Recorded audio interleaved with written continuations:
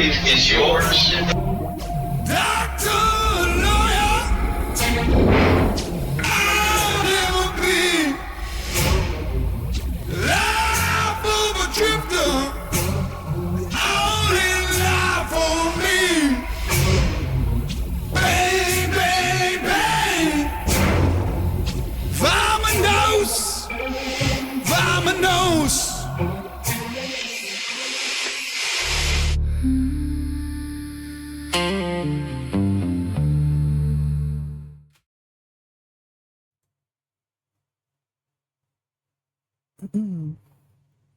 Hello everyone, welcome to the 6th dev stream for StarSim. I'm joined by Vernus again. Are you? You are. I think we left off with you going back to the vigilance. Yeah, it's about to start going back to Phobos. All right, let's get it on. See if some of the changes in the 10th hotfix are active now. So theoretically, since it should apply, if you have the latest right now. Yeah. as of this morning. All right, try flying towards a station. I want to see if my changes are working. It's... Yep. Working. How far out does it go? About 1 kilometer. I'm fighting with realistic versus not, with the way that space lighting actually works and how it diffuses. So I'm trying to find that happy medium, especially in third person. And I think this is about the best we'll get. So headlights are in. Frontier definitely is working. I got to go through and see. Starborn Guardian, I don't think has any headlights attached to it like the rest of the bridges and the cockpits and everything. So I'll be clearing that up today, and then just looking at the positions of the headlights so they're not being blocked. This was all in vanilla. Like, this is I definitely got pointers from SETI and from what was the other one that did headlights? Matilda's, I believe. And they went a lot further than what we're trying to just use the stuff that's in Starfield right now. So the headlights are already there, and generally it looks like they're all positioned correctly on the bridge and the cockpits. We're looking at mainly making them actually useful. They would only show up when you were like 10 meters away from anything you were going towards, which is like not useful at all. So now with this being 1 kilometer out, hollow asteroids are easier to explore. You can actually see inside of them as you're flying about. When the sun or the star is blocked by a planet, you can see 1 kilometer ahead of you when you're near an object. That'll help you from crashing into stuff. So I think this will work. We'll keep tuning it a bit, but this is a big feature being added in.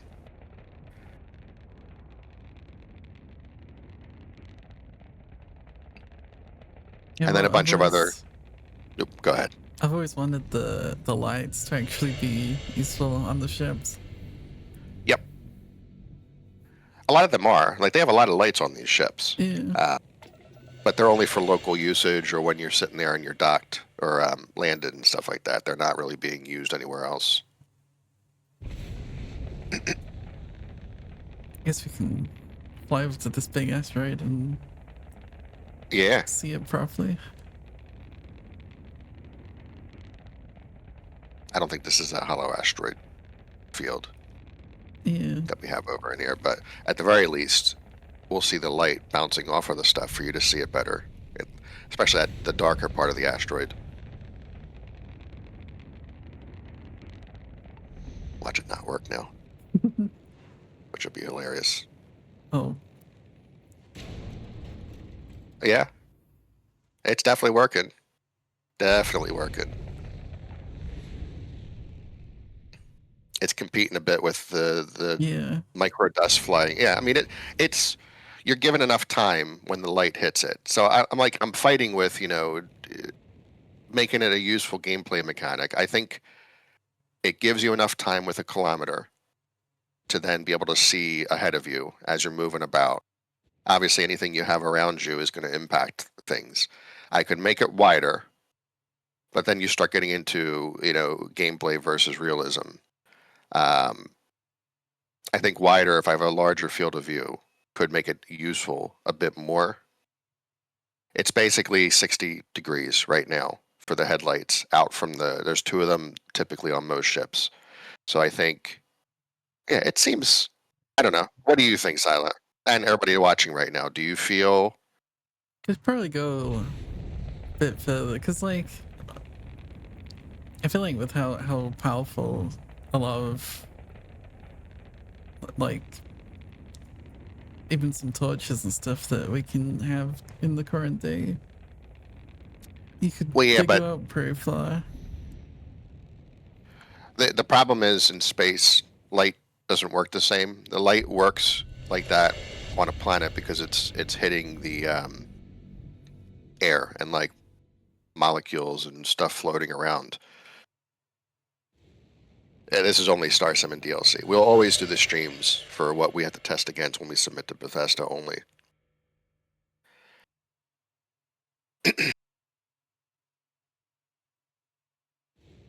But yeah, I mean, it's finding the happy medium. I think we could probably go further on the distance and accept that it's not realistic, and maybe go wider, and then it becomes a little bit more useful. So I'll probably do those tweaks later on. Maybe do 1200 or even 2 kilometers out to make it a little more useful. I'd say 2 would probably be good.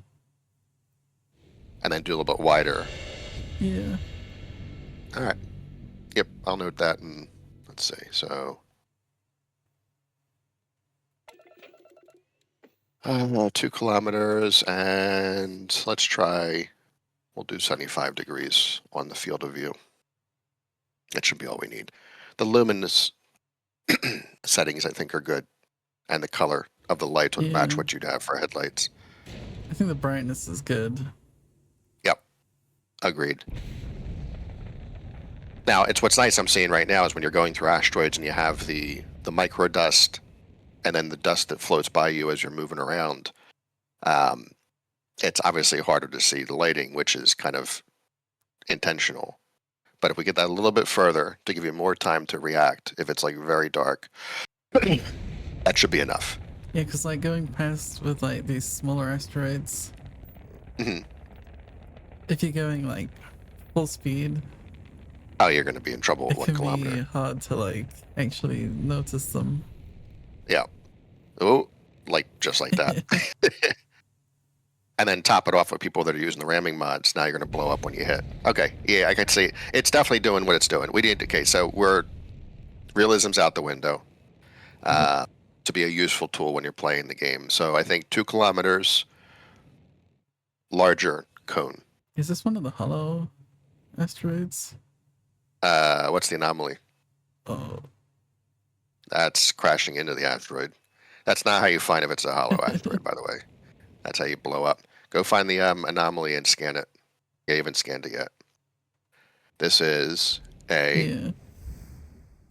There you go. Well, there you go. There's a prime example then. See if you can find one of the hollow asteroids. They are going to be subtly different than the rest of them because of the way that the assets were set up. So you'll notice on purpose which ones are hollow. In fact, I want to say the one you're flying about is probably one of them.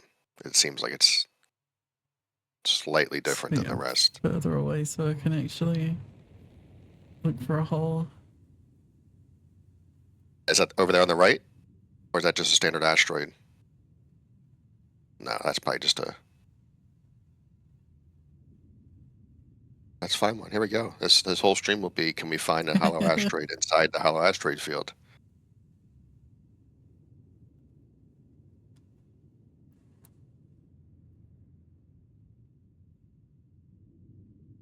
I swear the one you're flying by is one of them. Oh yeah, I can see the hull. Yeah, there you go. Head on in. Now the light can make it so you can actually explore through this. Yeah, okay. Yeah, there we go. Okay, so absolutely we need to do wider and further. to fly through this. But here's where things are going to get really interesting too, because this gives us the ability now to go and build these hollow asteroids way, way larger than what we did right now. We could only go so far because we needed the starlight to get into there to see enough into it. Cool. Okay. Yeah, that's 100% happening. Nice. And we have situations where there's stuff hidden already in the current hollow asteroid, so I could see us definitely expanding this whole concept out a lot. Big, huge asteroids like the planetoid one that are hollow, and you fly through them like this, carefully making sure you don't smash into anything along the way. And then we'd have like giant caverns inside the planetoids that would have hidden secrets and stuff. I could even see situations, we could do some really neat stuff with this engine, right? Where pirates and spacers and stuff have built like hidden hideaways inside hollow asteroids, so you can't even tell that they're there. And you'd have just docking arms you'd find that gets you into like this subterranean stuff that they're using as a base to make it harder for UC and Freestar to find them. So yeah, we're gonna have some really neat stuff now with getting this working. Doesn't require any additional mods. Just basically you get the functionality by default.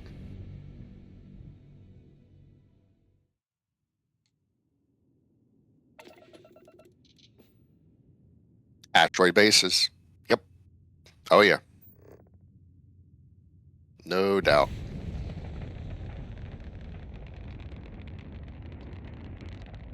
I'm going to guess, Sila, that this anomaly is a star. Just, I got a feeling if you scan it, it's going to be a star.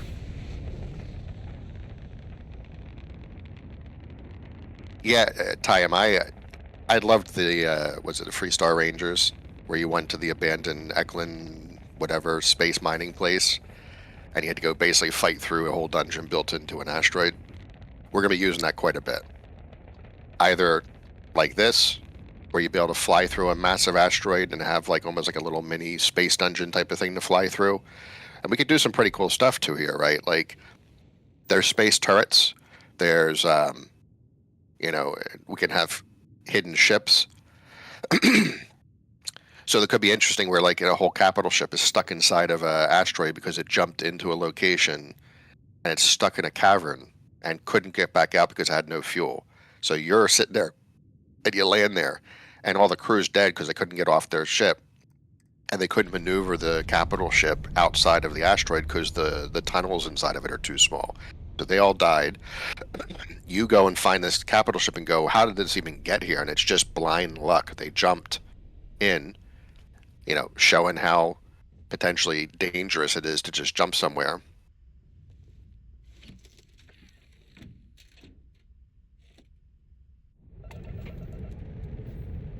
IM says, I can't believe it's the only place they use that awesome dungeon. Well, it's going to be used a lot more. Mining Conglomerate absolutely uses that concept in some of the stuff that we've designed in the past. When we get into the being able to get the funding for the storyline, that is 100% going to be used. And I don't know what I did or how I've managed it, but I corrupted my game save and had to start a new game. Yeah, I don't know. I am unsure. I've not seen any corruption in terms of everything we're doing in StarSim. Worst we've seen so far is like we had a bug which is fixed now in existing saves for course plotting. That once we push this patch, I hope today. I need Sarah to look at a few things just to be absolutely sure. But we're doing that testing right now during the stream, so it's running as I expected. I could see the performance improvements are helping generally. It's just a tough one for some of the stuff, you know, we're fighting with Papyrus and the amount of resources available. So like the plotted course thing shows up, but if it times it poorly and everything else runs, you may not have situations where the plotted gate thing shows up all the time and stuff. So by understanding the map is more crucial than depending on certain things that we're trying to have happen that Papyrus is just fighting us against if it's just too busy doing stuff. So like really it's a matter of being able to recognize the plotted course, how to read the map, move around. Oh, auto saves and quick saves are busted in Starfield. I would never use them. Ever, ever, ever. Especially in space. They won't save all the data for whatever reason. It seems to not have been a problem in previous games. It's a huge problem. They seem to be fine generally if you're landed somewhere doing something on a planet. If you're in space and you do any saving, manual is the best, but even a manual save in space, it's just the engine expects you to be landed all the time. I guess from the history of how the engine was designed. Yes, it works generally if you're going through and right now plotted course. Yeah, say plotted gate immediately shows up because reasons. Saving in space is very finicky. It can knock your entire save file out. So you almost want to always do a manual save if you can help it. At a bare minimum. I like the gate that's over there with the asteroids. That's pretty cool. And you want to be doing your saves when you're landing. Like there's fragility issues in this engine because of how many different parts they had to make to do space and stuff. And we've had nothing but problems in testing for 3 years doing anything in space for saving. Manual was definitely more reliable, but when I say more reliable, it's less likely to corrupt. Saves on planets, manual saves were perfect 100% of the time. Gotcha. Yeah, I would say I was fine. Like when I was, because I did the testing for that twice. I had to go a UC and a Crimson Fleet path. I saved, but I don't recall anything crazy happening because I did the whole infiltrate process where you had to keep switching out to different suits and getting credentials and stuff. I never got caught to cause a fight or anything that required any reloads. But I've had auto saves and quick saves off the whole time played Starfield. After the problems were kind of caught very early on in 2023, I've had that off since then, which has bitten me in the ass a few times doing QA, not save for a while, and then run into the zealots, and they just one-shot me, and then I lose hours of QA testing because I forgot to do a manual save. I like to have autosave on, but I'll always do like a full save. Be careful. What's been found, and you know, obviously this is all going to be hearsay and some testing and stuff, is that the very act of doing the autosave can do corruption of your current session. So even if you have an autosave fire, and then you do a manual save later, it could mess up the manual save for what it tries to do in autosave. That's one of the problems that were brought up, at least. So I just erred on the side of turning it off completely. Back. So how did it go? Gotcha. Yeah, so that file got completely busted. Then things are moving forward. Perfect. Nice job, Rook. I was certain we'd fool Delgado, but never. She's a sharp one. Overcoming her scrutiny is no small matter. Did you discover anything worth reporting yet? Legacy. Why does that sound familiar? Wait a moment. Are you telling me Delgado may have actually located Crix's legacy? I suppose it's possible, sir. Intelligence picked up a bit of chatter on that subject recently. We assumed it was some sort of tall tale or a story to attract recruits to their cause.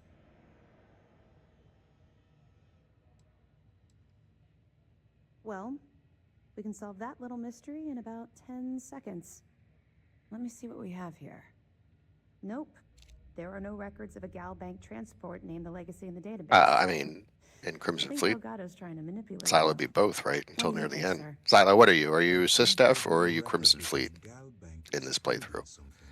Yeah. Delgado's no And fool. I think we're going to go Crimson Fleet. I think that's the best. It creates the well, both final battles are pretty awesome, but I think what we're trying to showcase in this playthrough is going to be piracy and going full force in that direction. Clever, Delgado. Very clever. It's the best In your place, I'd be trying to represented do in the StarSim same. right now, using the vanilla Can't let features. Delgado get his hands on what could potentially turn out to be the largest haul of credits the Crimson Fleet's ever seen. Maybe I should head out to New Atlantis, sir. I could press the Galbank execs for information. Get ahead of everything. No. Let's allow this to run its course. We have our agent here feeding us information. I think that's good enough for now. There's more to this than just finding the location of the transport. Jasper Cricks was clever. And for some reason, he never got there.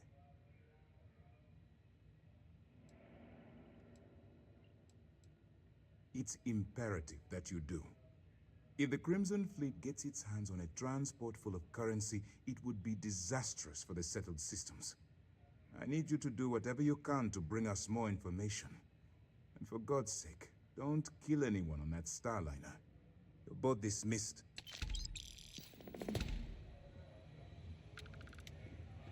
I bet operations on the key are This room always reminds me of the Enclave vault in 76.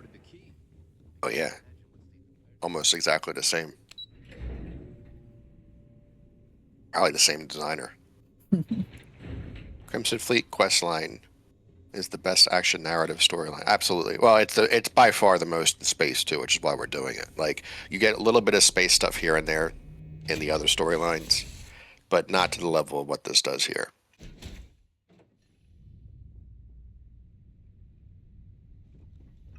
Oh yeah. And the nice thing about it is, once we're fully expressing the reputation system, there's cost to that.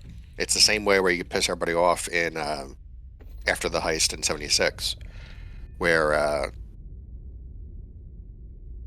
you could take the gold yourself, and then you anger both the faction you were supporting and the opposing faction. Everybody else gets annoyed.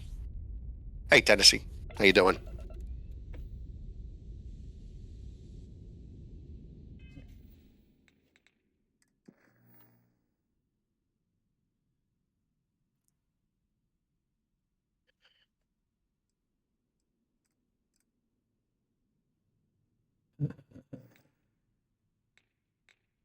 No idea where this is.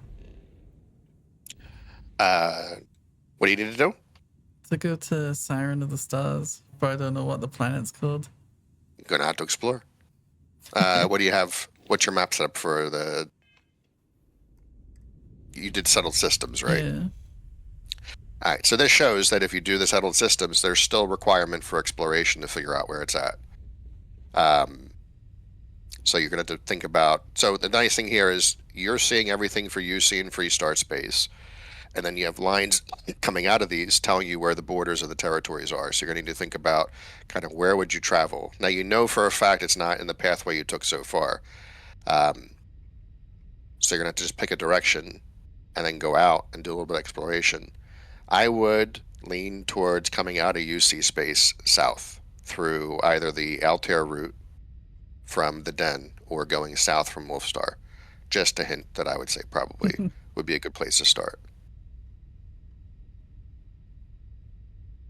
So close to Wolfstar now. Well, yeah, that would work. I think I'm feeling like that might be a good one to go towards. I don't know. It's just, or why don't you do the Den and then shoot straight south through Altair? You could show off the planetoid. Go What's it done? straight down. Yeah, the. Yep. Because that's the thing where we can now take those planetoids and make hollow versions of them. And I mean, they're massive. Massive, massive.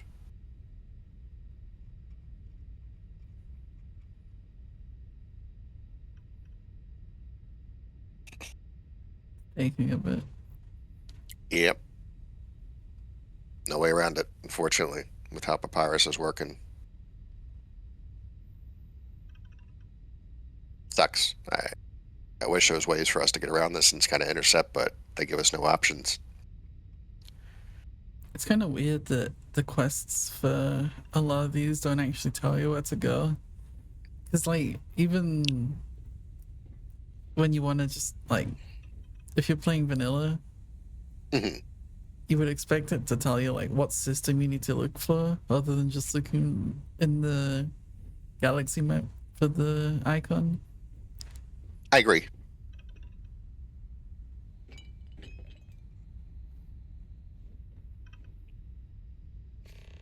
There we go.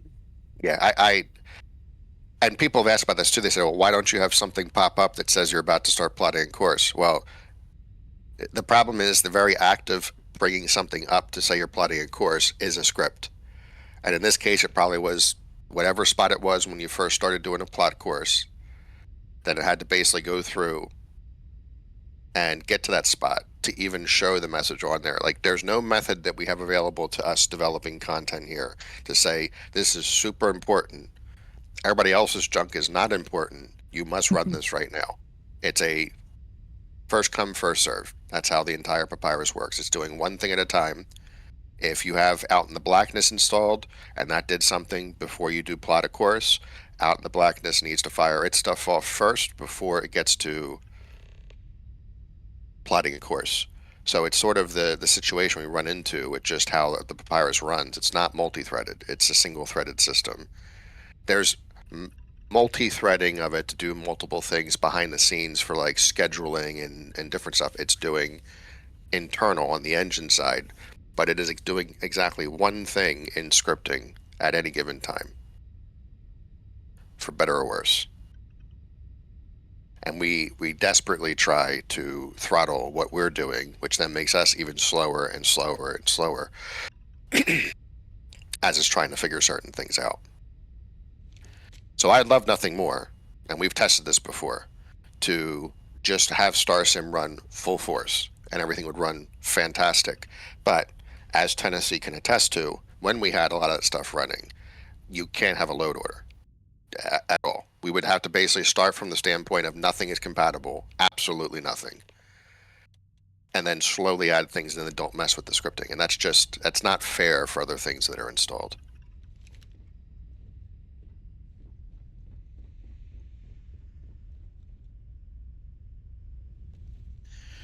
So yeah, really you should be looking at everything in StarSim being, you turn it on, you start the process up, you do something else. Sometimes it'll be quick. Oh yeah, purely an example, and calling out the awesomeness of Out in the Blackness for that part. I think StarSim's a lot of the functionality is intentionally designed to just be deferred, to just do something while you're doing something else. Sometimes you get lucky, sometimes it shoots through quick. Luck of the draw. It's timing. Everything is timing. Plotted gate indicator thing shows up very quickly. You were just lucky. It just happened to be in a lull between other things about to run. You get very unlucky, and it's like a path is being created, and then right afterwards has to update an orbit that has 50 ships fighting each other. Then it goes into a faction doing a major whatever to get ships set up, and all that stuff has to fire off before the plotted course thing shows up. So it's just luck of the draw. Everything in Papyrus is luck of the draw. We just had the plotted course thing pop up quick. Now Xyla's flying around right now, and it's loading the orbit. I was gonna take a quick detour to Sidonia to get some ammo, because I don't have barely any ammo.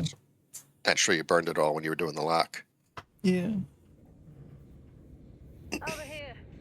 There's something we need to discuss.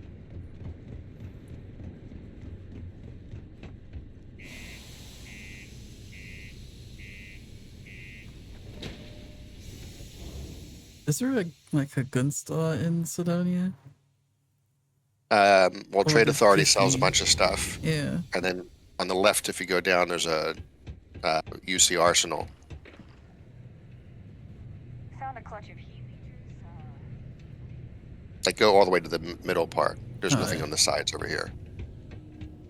Trade Authority will be on the right, and then if you continue and go left, there should be a UC Arsenal or UC Distribution up there. In here? No, go back. The market area is above. Oh yeah, you where you have go to down the wait stairs. on you, so... Yeah. I'm pretty sure you're like... UC Exchange. Yep, they're gonna have all kinds of good stuff. Hello, welcome to the Sidonia UC Exchange. The best goods, all courtesy of the United Colonies, straight to all of the wonderful UC soldiers, workers, and other citizens. I've got a little of this, a little of that. Tennessee, you hopped a little bit later, but we got the vanilla headlights working without needing to go through all the stuff that SETI does. There's nothing wrong with using SETI, so folks can still install that. The only issue right now I would say be careful of is that it was done many years ago, hasn't been updated, isn't on console, and it had that old problem where people were doing blueprint ships as a master, which is not good. So I'd be careful using SETI. But the headlights were already in the base game. They weren't set up correctly. Like, they're turned on to be 10 meters away from you, which is useless.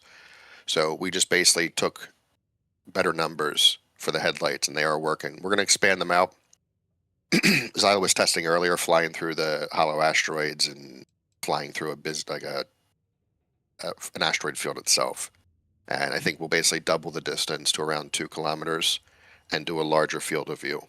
And I think at that point, it's a useful gameplay tool. It's not realistic, perfectly realistic, but it's helpful for the player flying around asteroids and stuff.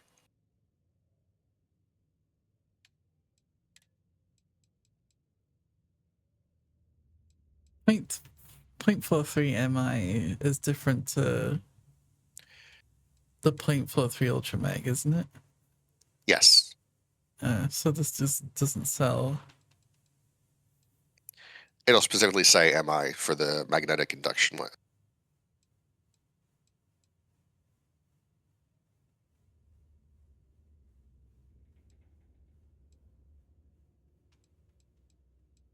We got some conversations happening over here.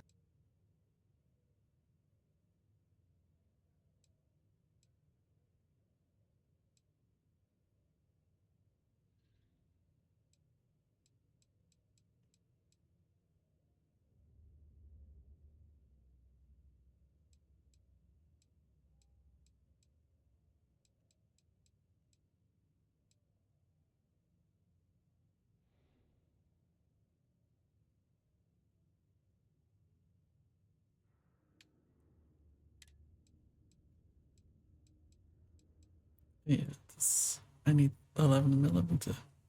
Whoops.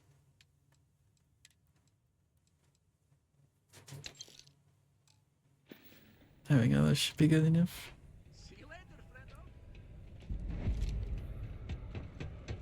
Yeah, SETI is right, and then Matilda's does a lot of the same stuff too. Like, they're good.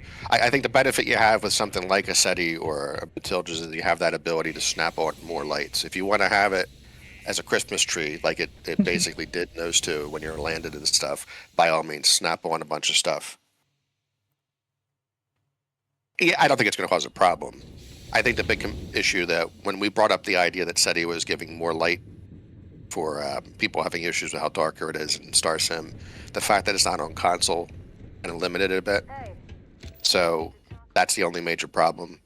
I want to say Matilda's is on console, so at least we can point towards that for a more improved experience for the lighting.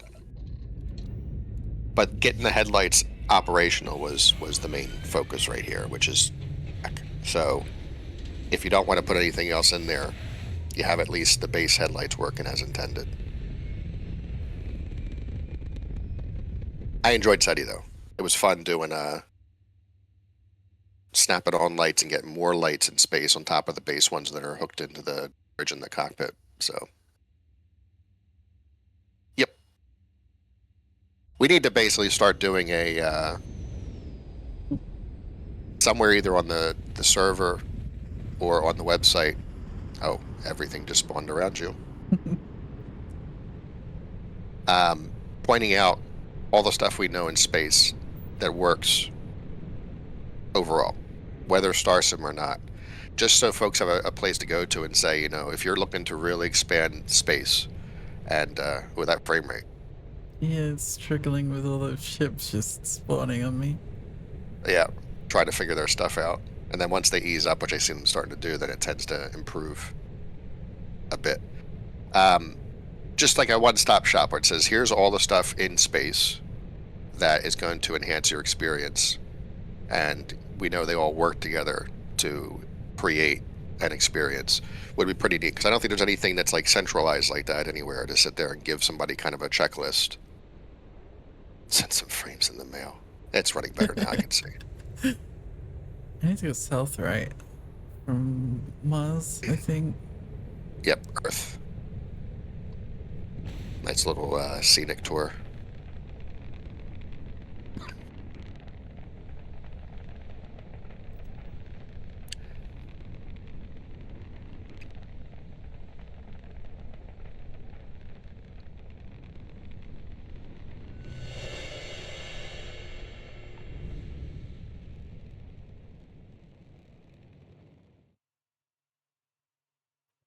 Break my gate,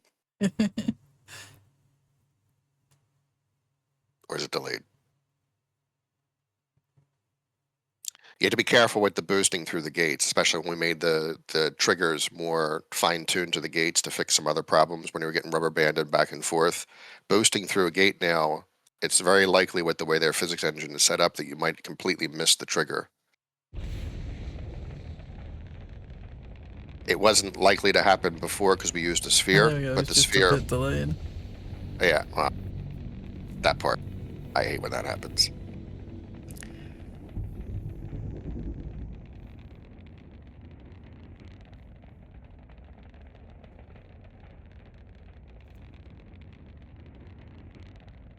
Question: is there a way to change where the game spawns you taking off from Sidonia? Like you just saw there, it tends to spawn you right in the middle of a frigate. Seems to be the only place. Um, we yes, there's two markers in vanilla that determines where you go. You have one that is the when you arrive from grab jumping, and one when you leave a planet. We have those two basically set onto each other by one of the gates.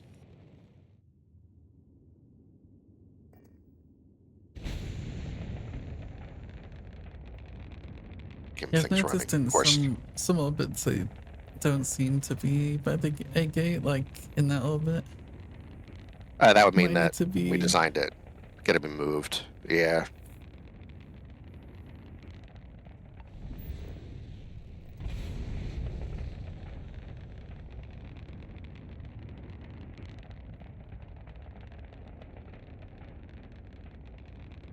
I'll be right back.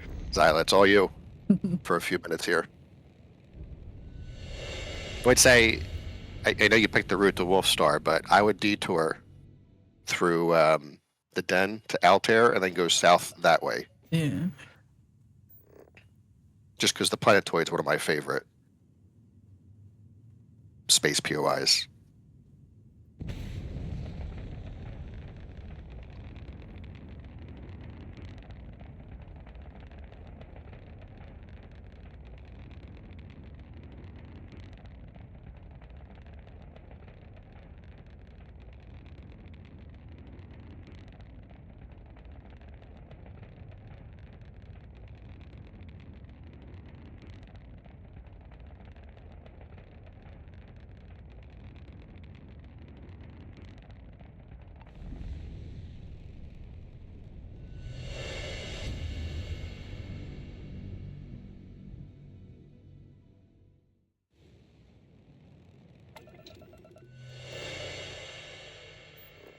Mm.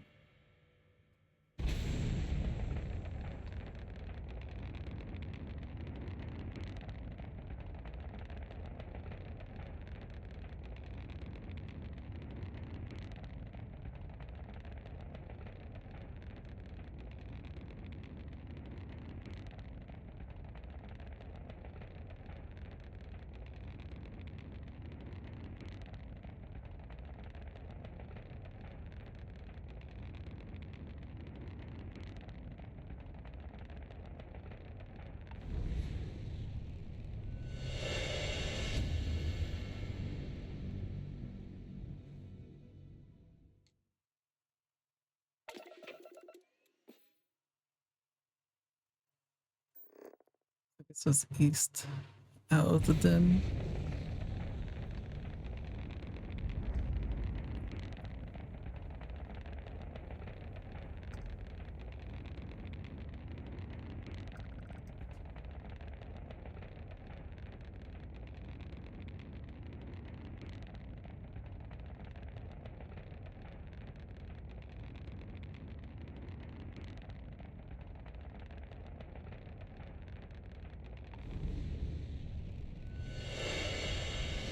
Okay, I'm back. We've arrived in Altair. I almost crashed into the gate because I was looking at chat. Altair was brutal. Yeah, there's ground pounder working as it's supposed to. When cruise mode came out, this was crashing every time you arrived here. Every single time. We had a hell of a time getting this one particular orbit to work. For reasons. So the problem in the way the cruise mode was set up was it was built around exactly the way that the base game is designed. So like for instance, when you try to grav jump to a system, you're not given any ability to pick a planet the first time you arrive. And that's hard-coded on purpose because it always takes you to a place like if you try to go to another hollow asteroid field. If you tried to go and jump to Altair system in the base game, it will take you to here. This is the default location that you have to go to. And they did that on purpose because the story manager and stuff is established to start up ground pounder here. Now, here comes StarSim with the gate network, and you can actually come into the that light's just if it's bigger, but that's huge. Yeah, I love that. Yeah. Now you can come in Altair 5, Altair 1, and kind of muck up the entire system. And then later on, we actually found that this is actually a vanilla bug, though you have to be kind of convoluted to cause it to potentially happen. You know, theoretically, the likelihood of you going to, is it Freya? One of them. Place you go to for Entangled. Oh yeah, how does it look like in first person, Xyla? I know you've been doing third person everywhere, but like I only play first person. I don't like third person. How's the light look when you're flying through the hollow asteroid like that? Yeah, I need to find the entrance again. Mm. Yeah, look at that. Needs to be further out and a little bit wider. Oops.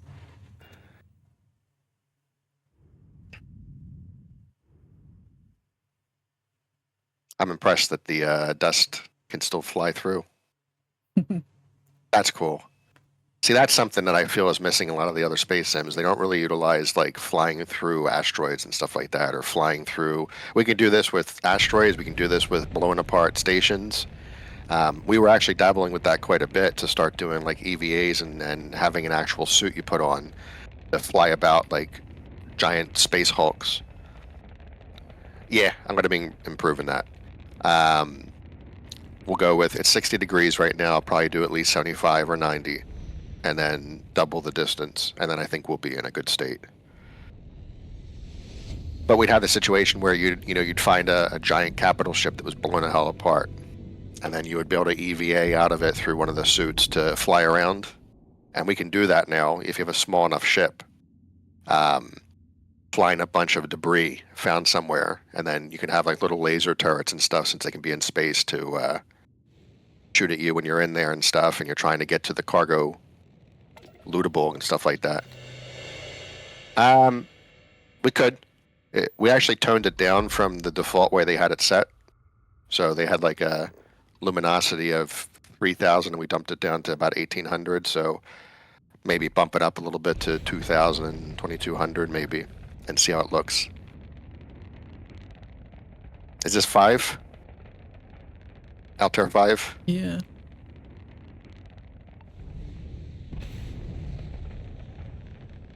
Oh, I don't mean asking that. Yeah, of course it is, because there's the planetoid right there. We could probably go bigger on that. I'm thinking almost doing another 5 to 10 times on that. We have the asset sitting around somewhere. It's involved to make it work. Yeah, this is planetoid. Okay. Nice. So I think, so this is a good example here, right? So the planetoid here is pretty substantial, but we can go much bigger on this. And the nice thing about it is with the lighting working, we can now go through and say, all right, let's make this 10 times the size. Yeah, we gotta go further. If I double the distance, that should give you enough time to react, especially like right now where you're blocking the stars view. And then a wider field of view should make it easier when you're driving by the whole thing. But say 10 times that, so you can actually fly through the whole thing, even though this would still be a pretty big one to fly through, and be a proper planetoid. And then we can incorporate all kinds of stuff with it inside this, dockable places you can only find by going through using that HUD method. So you'd have almost like virtual fake stations embedded in different parts within this that you can dock to, and there'd be like spacer hideouts and Freestar, listening posts and all kinds of things. Opportunities that, again, what Beyond Space's goal is going to be is to take what's in vanilla and give you a lot more opportunities for things you can do. As the sort of pathway we would take to update over time for what Bethesda allows us to update.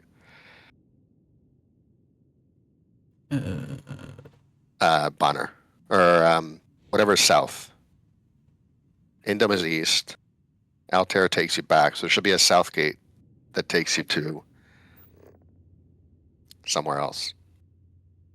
I saw I saw it too. But you had it. Oh. Remember that the gates are always aligned to each other. Once you align the gates, you can then turn. If you kind of like wildly shoot about, you're going to lose orientation. So like a prime example is the planetoid is the very center of the entire orbit. If you align yourself, because you can use Q and E or whatever on your thing to turn, you align the gates to it to get a better position of where the other gates are at. So I guess it's just in the... So it's south. Right? No. Keep turning to the right. Like, keep panning to the right. It was beneath me. Yeah. Nothing's beneath you, Zyla.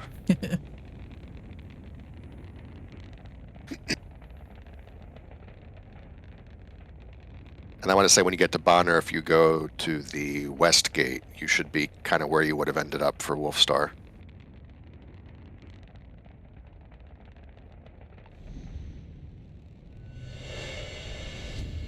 Actually, if you can, go west into whatever that is right there, and then go north in the Wolfstar, and we'll test what happens. It should be fine. If you just skipped the entire path and then ended up at the endpoint, it should still react appropriately and say you've arrived at the endpoint and clean the whole thing up. Oh, and there's Eklund's site CL25 with exactly the concept we were talking about, except for going inside of it and walking about. So that's what I want to see.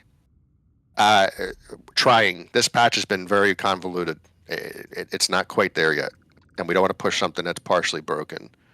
So we still need to make sure that all the patches are made for all the ship balancing. The dynamic systems is a no-go for the moment. So we need direct patches for everything. And then, of course, yesterday they launched a new ship pack that people are enjoying. So we got to now do a patch for that too. So all that's got to be done. We have the headlights system here now that I just need to do some more testing for all the other ships and make sure that's working. And then I think the Guardians don't even have any headlights embedded into them, so they need it. Yeah, it's testing. And it's really right now it's two of us testing. So we just need to make sure all the stuff is cleared. We have more folks joining the team, but it's going to take them time to get kind of trained. Yeah, ACS armaments. We got to do the testing now on that. Get it, test it, and then build a patch for it before we push this patch. The good news is we're going to be pushing 1.0.10 is going to get pushed as a build to Bethesda to try to update the base StarSim. We need to coordinate with them. There's stuff that's supposed to happen this week that we're trying to like coordinate a bunch of things, but obviously now you also have Gamescom happening right now too.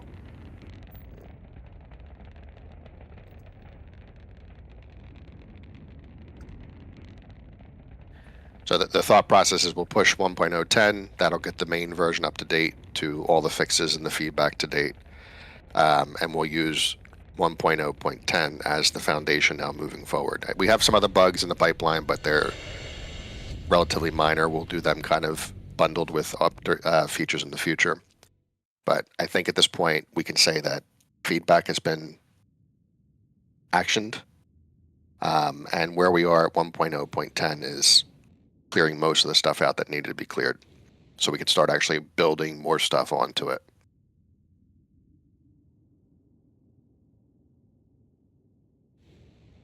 We'll let everybody know. Trust me. When the patch comes out, everybody will know.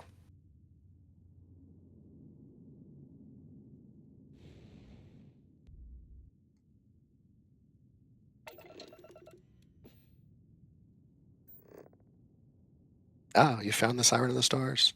And there's Wolfstar.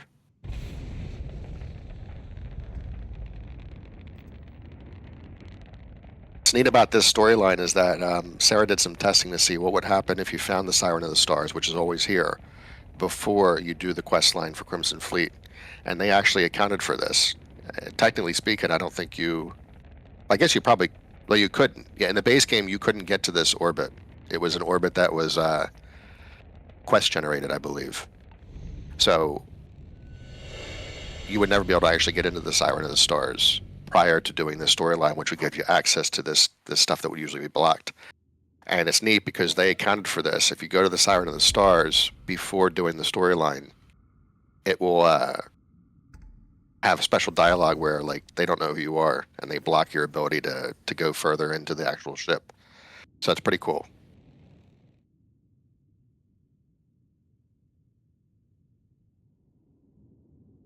Is the plotted course still showing for you on the map? I mean, it's going to probably be trying to catch up right now.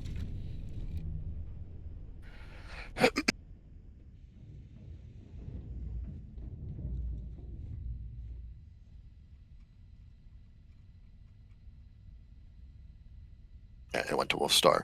So it's probably still trying to do its catch-up thing where it's testing to see if you've arrived at the orbit itself.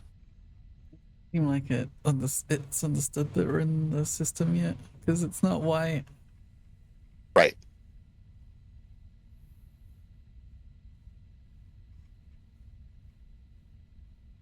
Yeah. This is annoying. I wish Papyrus didn't work the way it works.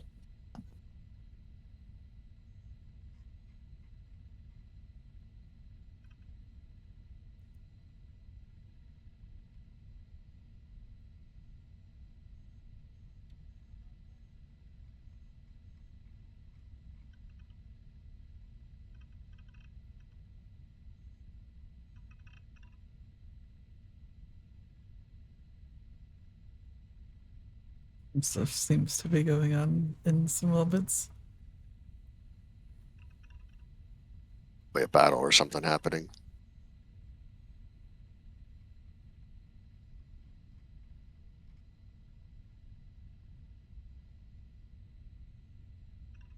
Oh, there we go. Yeah. So that's the problem, right? Like we're just stuck, even with the throttling. 1 second. I close the door. The Roomba thing decides to push the door open, even though I closed it completely. Very tenacious, but it's kind of loud. So this is being paused. The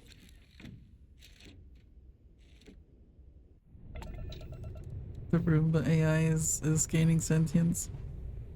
Seriously. What were we talking about? The performance stuff? Like performance of things getting kind of backed up or whatever it is. Yeah. It's just, there's no fix for it. Like we're stuck. We throttle everything based on how much is happening. And you're testing against only Starfield here. But if you get just the right lineup of things happening and how long they take to complete, even with the throttling, you're just stuck. You got to let all that stuff complete. Like I wish they would consider avenues to sit there and say, this scripting is very high priority. Like, events need to be fired immediately. Now they're not going to do this because it's a first come, first serve. It's a fair system. Anybody that's using it is doing Papyrus. They're able to do this stuff. It's not going to, because what happens here then is if you do that, which is, it's funny the parallels of what they're doing in Papyrus and old coding in old Windows and DOS back in the day, because you would end up with people who didn't care about cooperation between everybody else, who would just usurp all the resources completely forever. And so those kind of programs would suck because you'd have no way to have anything else running at the same time because it wasn't enforced by anything. And so then you had Windows 95 come around, and it's like now the operating system is dictating how long you're allowed to run anything you're doing, and then it's flipping over and giving somebody else a shot to do something. And that's not the case technically with what's happening in Papyrus. Papyrus, if you have a long operation running, it will not move forward until that operation is complete. Now, technically it will if you make a call to something else, a different script, and it decides to unlock the script. Then you now queue in and something else can now run. But if you design it just right that you're not doing that, it's got to finish everything that you're doing before it lets somebody else do any kind of scripting whatsoever. And that's the issue we run into quite a bit. Even with the throttling, if it's timed just right for all the things in order, then you might be doing the plot course thing, and that's on spot 30,000 out of all the stuff it has to run through. It has to get through all that stuff. I don't know if Tennessee's still on here right now, but like just thinking about it from a standpoint of Bethesda's point of view, I don't think there's a way to solve that problem, because as soon as you start saying, well, my stuff is the most important, everybody else is going to say, well, my stuff is more important than your stuff. And so it's all high priority. Then everybody's high priority, and now you're just back to the same situation you're in right now. So, it's StarSim forces patience. And I think that's all we can really do with it until we can do engine stuff. Maybe Starfield 2 will have StarSim built right into it in the engine and not have these problems. You're only bringing that up now. Major Glitz says, I'm curious if Zyla follows through for Neva. What do you think, Zyla? You're going to follow through? Her ask? A much bigger fish to fry. Probably. So why are you targeting Probably. a bank executive? Not exactly your average Crimson Fleet prey. Why do you... Tennessee says, it would be a mess and there are no standards. I would voluntarily set some of mine too low if I could. That's the issue. There would be no standards, and then you'd end up with everybody's high priority kind of thing, and then you'd lose any benefits.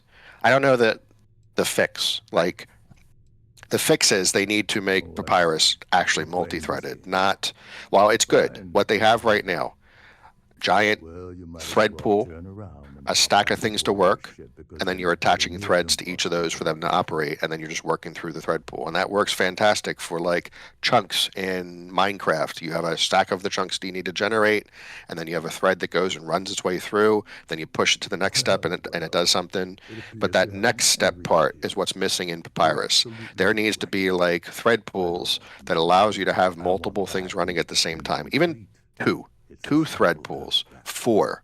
That's all you need, equal to whatever the cores are for their system. And then they're all running stuff in parallel instead of exactly one thing. That little adjustment, if they can make that in the Papyrus, would have a drastic improvement across the board in how everything runs. You could still keep this junk where the whole script locks, fine, whatever. If they're dead set on that, fine. But you need to do more than just one thing. You have to do, we're a multi-threaded environment now. Fortunately, the siren is right, and that's the thing. Most of the stuff we do in here is also low priority. Really, the only time you need high priority would be player-focused stuff. Like, we need, when you push the button to plot a course, we need the message to pop up immediately at that point, not 15,000th stack. Stuff like that. Everything else in StarSim, it's perfectly acceptable to run in the background because it's all like turn-based stuff. Like, the player doesn't have an understanding of what it's doing. Card will allow you to access the Starfield ballroom. If you need my help, I'll be relaxing in one of the upper lounges. We'll have conversations with them and see, because there needs to be clear communication walking into Elder Scrolls 6, because there just needs to be.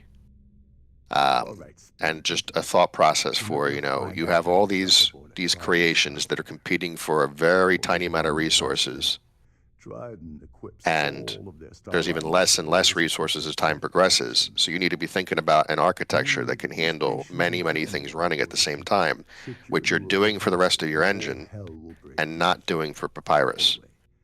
So if you just made that tweak to Papyrus and Elder Scrolls 6 forward in Creation Engine 3, you're alleviating problems in the future to allow stuff like what we're doing here. Because it only gets worse, right? Let's suppose Kingath rolls in here and does a Starfield Sim Settlements. Now it's StarSim scripts running in the background trying to throttle to keep things going. Star Settlements, or whatever you would call that, scripting, and everybody else's stuff all at once. And you're just going to have the whole thing collapse. It's not going to be able to handle all that stuff, and then you're just going to stack dump everything and fail. You multi-thread it, now your throughput is 4 times, you're not running into those problems. You're down to just the ref handle issue. Oh, and while you're at the gala, avoid the canapes. They're frozen, not fresh.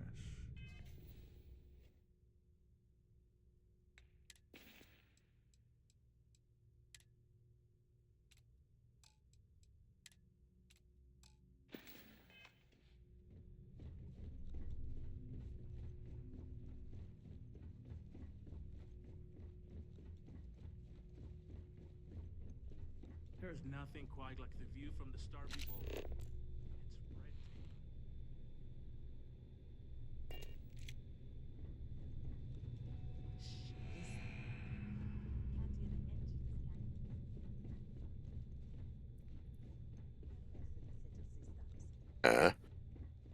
I go up. Stairs, ladders, elevators, those kind of things. This whole interior is very confusing. I got lost like 3 times. This is one of Trident's top of the line vessels. Hell of a ship, isn't it? Oh, there we go. Stairs. Takes you up and then it goes right back down again. Oh, no, that worked. Look at the signs. One would think, as a cruise ship, you'd have signs all over the place. It's pretty cool they set this up too. So the place you were just in was a proper dungeon. It has no view outside. Then when you do this, you go back outside, and that's why that when you go over to the which this is one of the things. This and the key. When you go into that the bar at the key, the view is amazing. And what StarSim has added on to it and stuff like that, because you're able to look out and see everything happening around you. The key more, since you have a lot of the local traffic for the pirates and stuff, here you might get an occasional freighter and everything passing by. But I think that's what, and I'm sure Tennessee could probably say something similar, that when autopilot's live and your ability to go and fly around is driven by autopilot, and you have that ability to go and add a bunch of windows on your ship, the sights of being able just to leisurely go through space looks amazing.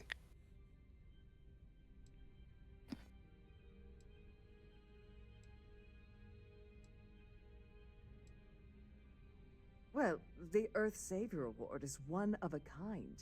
The blue diamonds alone are irreplaceable.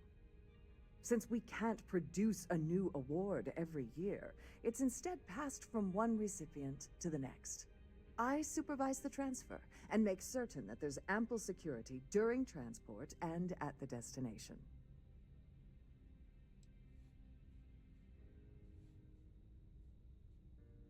Forget it. I refuse to have a repeat of last year's fiasco, where the name leaked early and started a common brawl. The winner's name is safely sealed away with the award itself, inside the master safe located at the purser's office. Now, if you'll excuse me, I have much more important things on my agenda than to speak to the likes of you. I certainly hope they decide to hold all future society events aboard a Starliner. I'm sorry, but unless you're reporting it...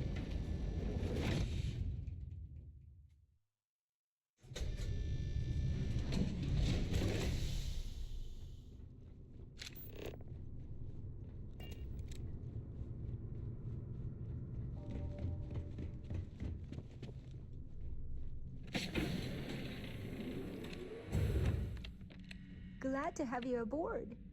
Welcome to the purser's office. I'm Chief Purser Murata. How can I be of assistance today?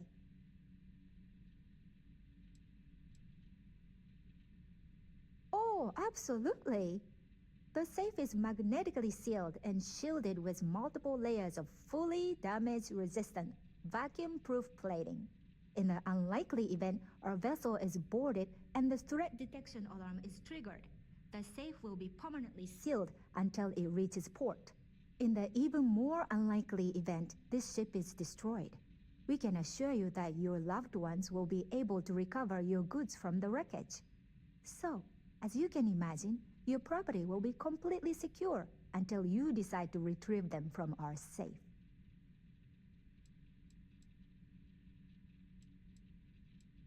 I've only seen it briefly myself, but I can assure you that it's quite lovely. Unfortunately, the item is locked inside of our safe, which can only be accessed by presenting an appropriate claim ID. Is there anything else I can assist you with today? Have a safe journey.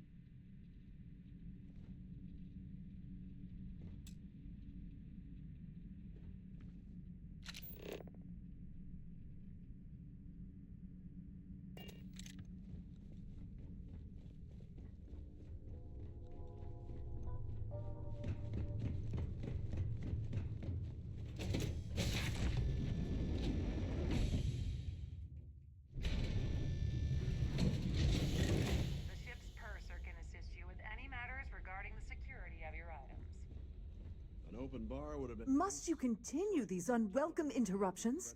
I'm a very busy woman.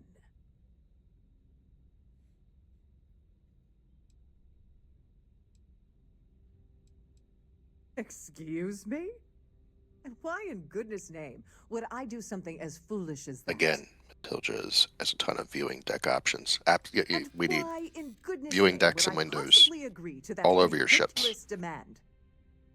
Turn on a little bit of the radio and just enjoy the ride.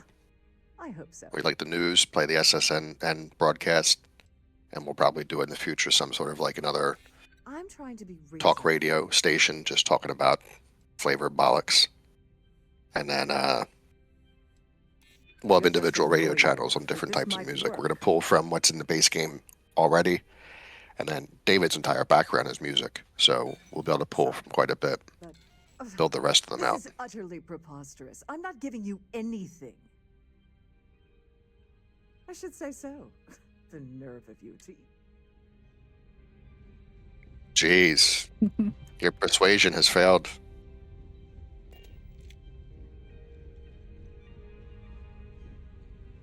Any luck at the party? As long as you remember that I'm getting paid my cut, I'll help you with anything you want. What's the status of your plan? Like the ship's purser probably. I don't have the audio turned on, but isn't Rokov, what's his name? Stormcloak from Skyrim? By using Sheila's claim ID. But Is it the same voice actor? I'm not sure. Ulfric? I'm pretty sure that's Ulfric. It's been a while since I played Skyrim. That's preposterous. You gotta play at least once a year.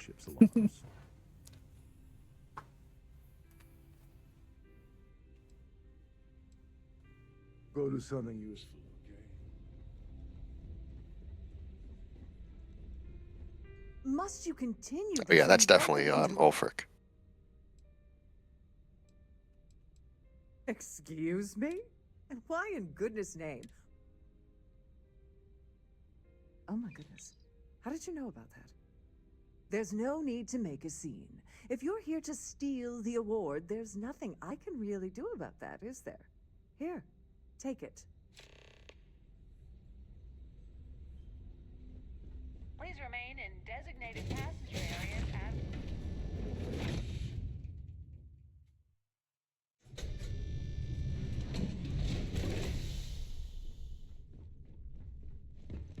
A lot of good stuff today for Fallout 4.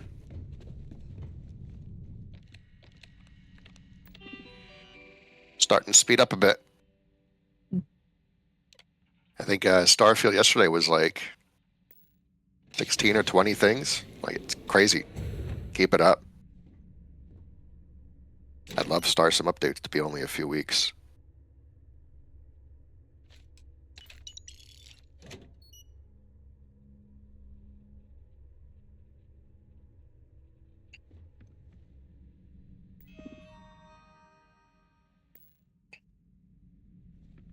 I know Tennessee It stays open now. Even though it's supposed to be secure. I know Tennessee appreciates us not putting StarSim back in that queue. Didn't help anybody.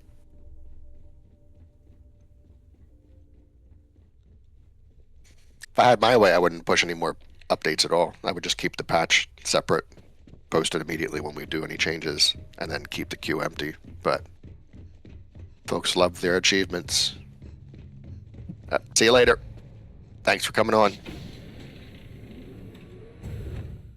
I already forgot where the downstairs, or like the staircases were.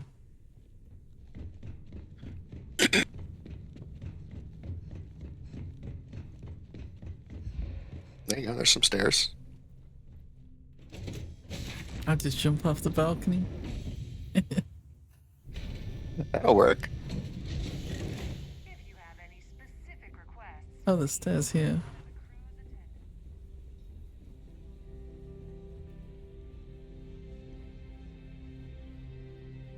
I do like the design of this. Like that, the window below you is freaky as hell. Starboard did the same thing to me. Yeah, that's like, nah, I don't need that. That seems unsafe. A random tiny like chunk of rock hits the bottom of that and takes the glass out, and then you're getting sucked into space. Yeah, no, that's not. Nope. I mean, that's pretty thick glass. I'm sure that's like a giant block of bulletproof glass. I would hope they're using for that. That's only like an inch thick. Better not be. But this is cool, right? So this is the only hab. Actually, this is the only hab that Trident ever made in the whole game, because the rest of the ship is Tayo, weirdly enough. So when you look at the ship is just one hab, which is this, for the exterior and the interior. And then the rest is a fake dungeon, which is cool when they do that. They do that in a lot of the ships, like the Scow. It's just a dungeon inside. The Vigilance, there's no actual interior like you would for all of our ships. Maybe we'll talk another time. I certainly hope you decide to hold all future society events above this. Hello, are you a member of the society? Larry likes to drop overly complex words into conversations. I'm sure he knows that it annoys people, but he does it anyway.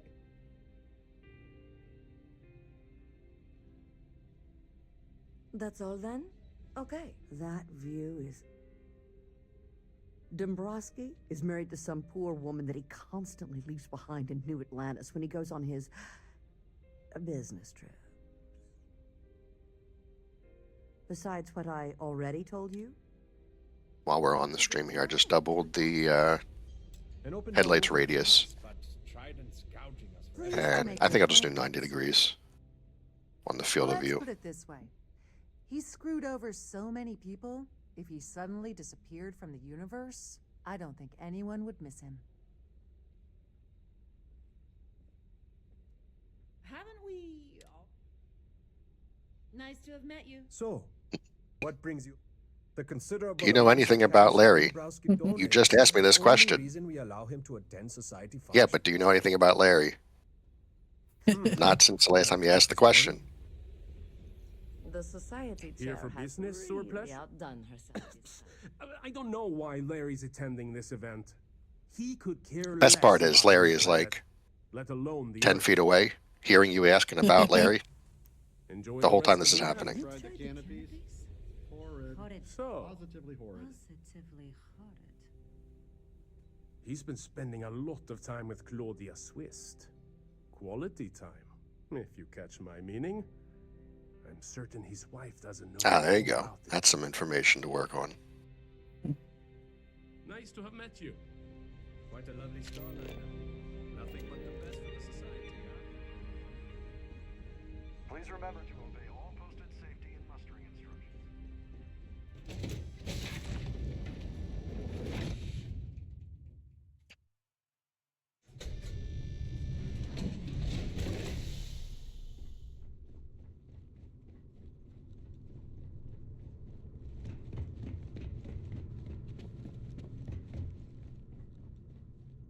Sorry, do I know you?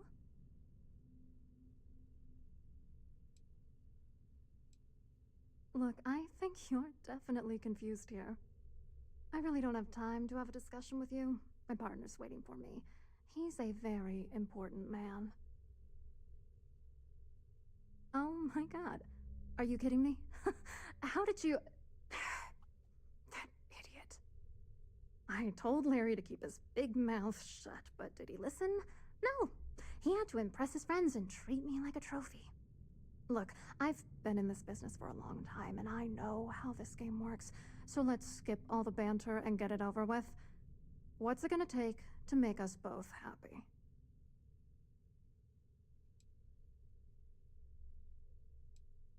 If I give you dirt on that son of a bitch Dombrowski, all I'm doing is endangering myself.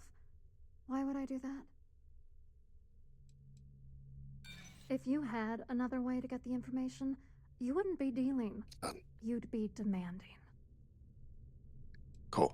So the headlights are now completely set up You're on the also base useless on me. bridge I've heard cockpits it all. and all the ships that we did through here. It's the right thing to do, but it could ruin the rest of my life. You know what? Forget it. The price of doing You didn't put business any by points in the teaming up charisma, is way apparently. too steep. Like I'm What else? failing the green choices.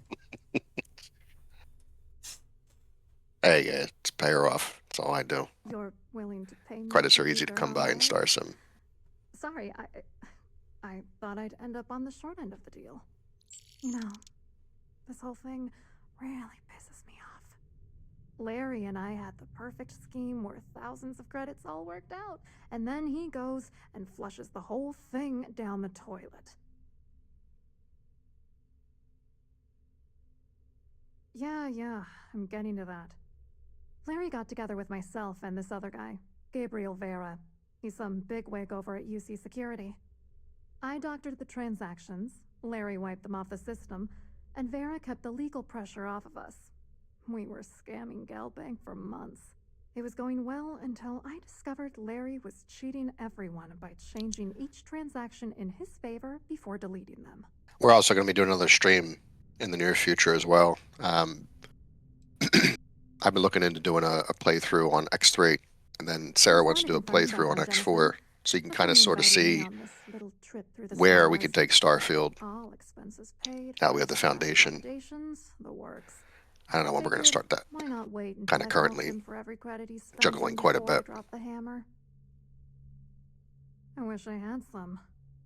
Maybe you should try talking to Gabriel Vera. You know what an even around easier here. option is? Kill everyone. If he doesn't wanna Yeah, cooperate, just you make could him do that, laugh. Tyler. Just kill everybody. Grab his attention.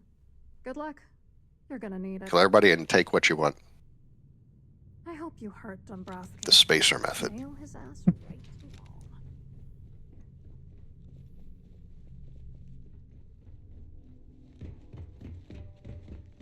Problem is, and this is probably a bigger complaint for the Crimson Fleet storyline, is that you kind of get penalized by doing that. If you shoot everybody in here, right? But if you go and shoot everybody in here, including Rokov and stuff like that, you piss off a lot of people in the Crimson Fleet. So you almost have to do it all this kind of investigative, sneaky way of doing things that benefits the fleet and the UC, Quite an event and then for make the Fallon, call at the end. don't you think? Get all the allies and stuff to Hello? support you and get the You best here for a rewards. charity event? Well, actually, maybe not. If you don't help all these folks, I think you get a better cut at the end. Yeah, you get a lot of options. Since I want to say that any of these Well, people that I you work for promised UC Security. rewards from the Being in legacy business isn't gets exactly taken my out of your area cut. expertise. I'm afraid I can't really help you. If you're looking for a business opportunity, you might want to check with someone else. Claudia sent you, did she? Look, friend, I don't know if you're just a little drunk, maybe a touch crazy, or both. Whatever you think you know about me, you're dead wrong. So back off.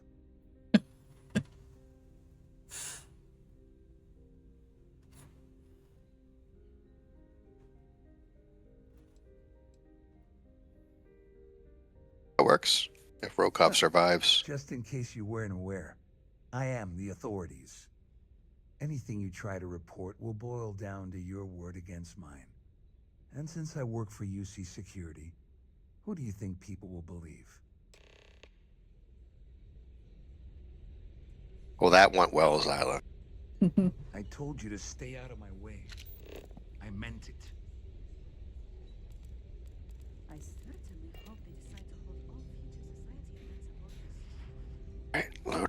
the plugin through creation kit to clean it up. Since Xedit doesn't do that I part. saw your little exchange with Vera. Keep that up, and I guarantee that imbecile's gonna demand that you be arrested. That could work. I don't know. I took the whole thing all the way to the end for QA purposes of playing both sides and then making my call near the end. It's gonna be tricky. The problem is he's not gonna talk to you in public. We need to get Vera isolated so he'll spill everything he knows. I guess that kind of approach is more probably Ryusian. More sneaky, morally gray the whole way through. Just to clear the decks and report to their cabins for lockdown. I think the best chance we have would be to tamper with the life support sensors. Manipulate a few controls, and you can fool the monitoring system into thinking there's a life support. I did like this with the tampering with life support. Yeah.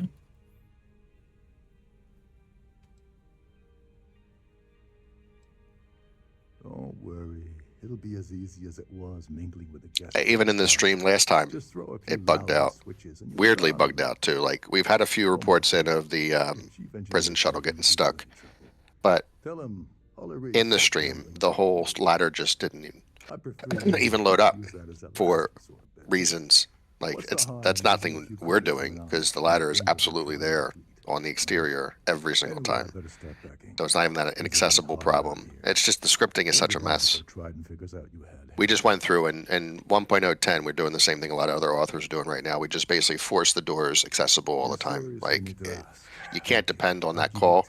The way they're doing the inaccessible swap breaks very often. Because what they do in that is they have to do the call to say, give me all the exterior refs. And we found many, many times that returns empty. And second, you offer Gal Bank employee in every single Gal Bank facility in the settled systems will triple their security. I'm gonna guess that won't help with whatever I would do it. Plans are regarding Gal Bank. Of course. Now will it? Well, Sarah was digging through stuff a few days ago and was kind of blown away by how many identical to master stuff that she was finding in quite a few creations.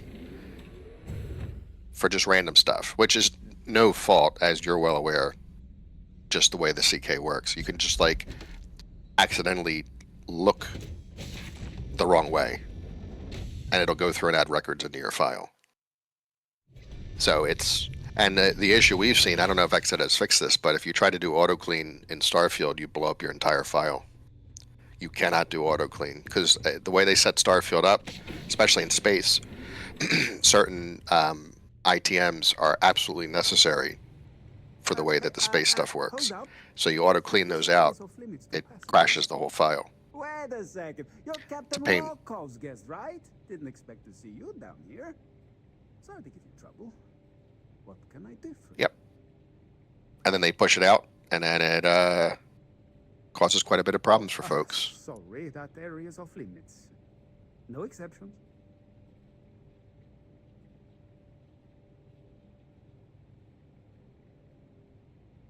All right. No need to get pushy about it. Captain Rokov sure picks some weird friends. Tell you what, I'm just going to step out for a bit and stretch my legs. Maybe you can hold this for me while I'm away? Remember, not...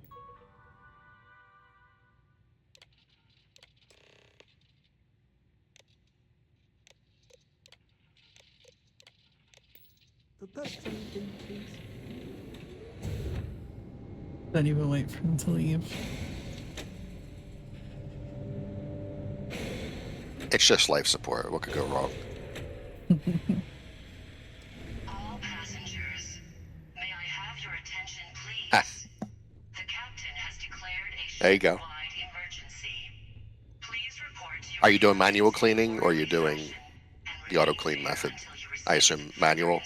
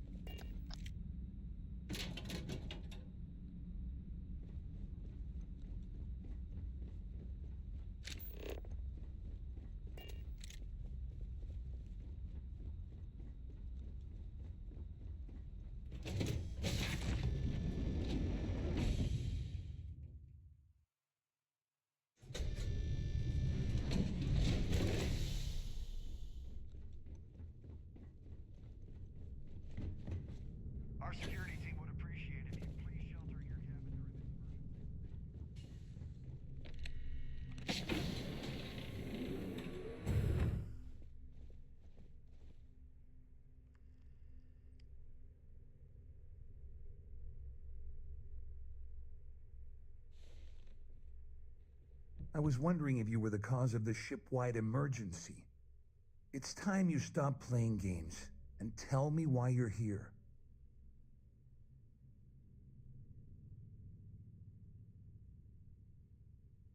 I always took him for a fool, but I can't believe he's stupid enough to have gotten mixed up with the Crimson Fleet. Still, why would I possibly want to incriminate myself by handing over Pro any tip, evidence? guys. Volunteer test mods. You can get free verified creations that way. Every mod author is more than eager to have testers.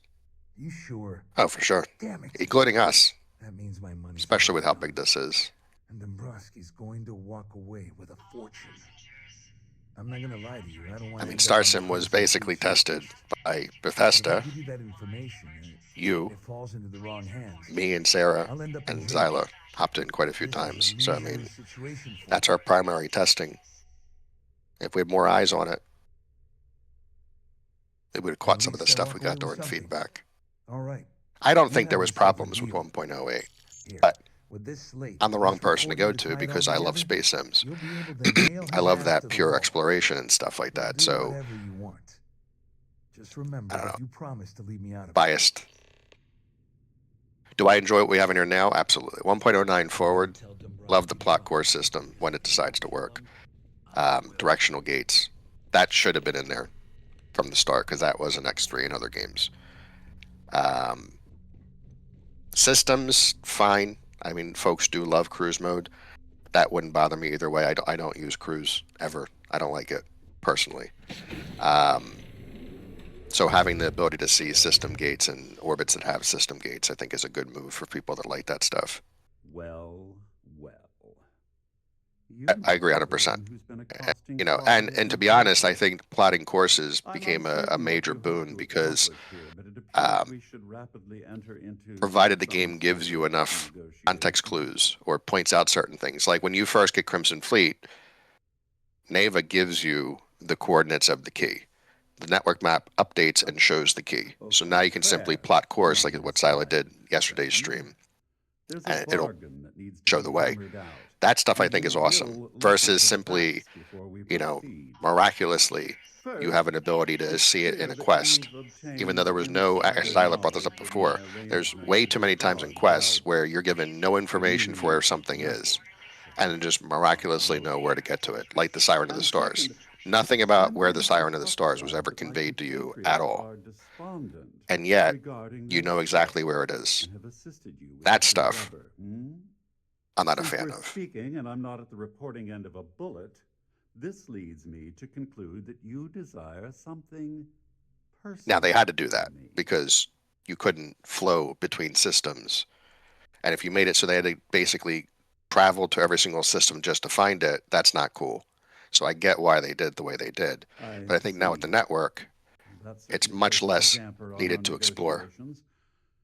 Perhaps I can hasten my diatribe to temper your. By the way, that prototype ship, it had no way to plot courses and doesn't have enough fuel to make the jump to the key directly. I had to traverse the map on the way back, piloting that damn prototype type ship. What a trip. I had everyone on my tail trying to blow me up too. Were you able to place one down in the decorator at least, after you got past all the UC attacking you? There should be the ability to put that down now, since 1.09. Splendid. I guess from what folks were relaying before, even if you do the research project for the navigation tables, the ship nav is never part of that. You can't place those normally in the outposts. Oh, of course, I trust you'll understand if I ask for us to avoid. But any I thought contact. we did add the ability to place Now, it down if once you'll things calm excuse down a little me, bit and you're not being I need to attacked. formulate how I'm going to utterly ruin I could be two wrong. very annoying business associates. Good day. The captain has declared a ship-wide emergency. Please report to your cabins in an orderly fashion and remain there until you receive. Because we'll be doing the same for You Have the Helm. Because the toggle method we had before during the testing and stuff is out. That's Bethesda won't allow that to go forward. And I agree with their reasoning too. If you have to toggle a full map and it takes you a minute or two for the map to clear out just to open up the orbit view, that's not a good experience for folks. So we're going to have the ship computer placed separately through the decorator, and the orbit view map will be placed separately. You feel like telling me? The problem's going to be spacing. To fit all this stuff is going to be a pain. Are you serious? And as Sarah said before, it's difficult to do a wall-mounted anything because there's not a lot of space on the walls anywhere to place stuff as well. So I don't know. We had to figure this one out. Desperate. Anyway, I suppose there's nothing stopping me from rejoining the fleet now. It's been a long time. Oh, that's funny. Tennessee said that one wasn't on you. After I grav jumped, all my crew suddenly teleported to that little ship. I couldn't get a single inch of free space. Yeah, it's happened to me a few times. Blocking out the pilots, see, I can't even sit down because they're all standing around there doing whatever. Nonsense. If there's one universal constant you can depend on, it's that Yevgeny Rokov always makes good on his deals. Always. Well, I suppose this is where we part company. Hopefully the next time we meet, we'll be aboard the Key. See, this part here, this is more organic when you're building your allies that help you in that final battle. That evidence crap you got to do for UC, and the worst part of the evidence thing is you get to the final part after you grab a bunch of the evidence, and if you don't think about handing it in before that final battle, you've locked yourself out of getting more allies. Even if you have more evidence, they just basically snap in whatever evidence you put on there. So like that whole thing was very convoluted in terms of how to get more allies to fight with you at the end. And if you don't hand enough evidence in, then UC apparently doesn't give you any additional resources to fight in that final battle. I don't know, UC side's kind of harebrained. I don't understand the whole concept of why you would need to gather evidence. Gotta turn you guys down, phone call. Okay. I'll talk quieter now before we continue. There's no cause for alarm. I'm sure this is just a minor malfunction or a drill. Yeah, UC, I don't understand how they approach that. You're a government. You don't need evidence to blow up pirates. You just blow the pirates up. You know. Does not make sense. Crimson Fleet storyline makes absolute sense. You need resources to build a fleet. Here's this rumor, myth about Crix's legacy. 100% makes sense. UC's avenue within it makes no sense.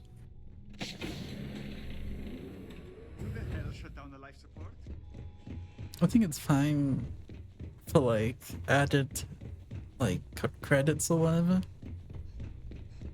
since they pay you for the evidence. Yeah. Here's my issue, right? We're talking pure vanilla here. I can fly my C-class ship with particle turrets into the Key and wipe everything out. Every single thing. There's like 10 to 15 ships normally over there, a few laser turrets. I fly in a single C-class ship, wipe out the entire Crimson Fleet at the core, could easily blow the Key up. UC's got the Vigilance, a capital ship with escort, which is way more powerful than my C-class ship. They don't have those orbital super lasers at that time. So instead of going through this investigation stuff, you could have just flown the Vigilance in and blown them up. Done. Problem solved. So it's just harebrained. The approach for it doesn't make a total lot of sense.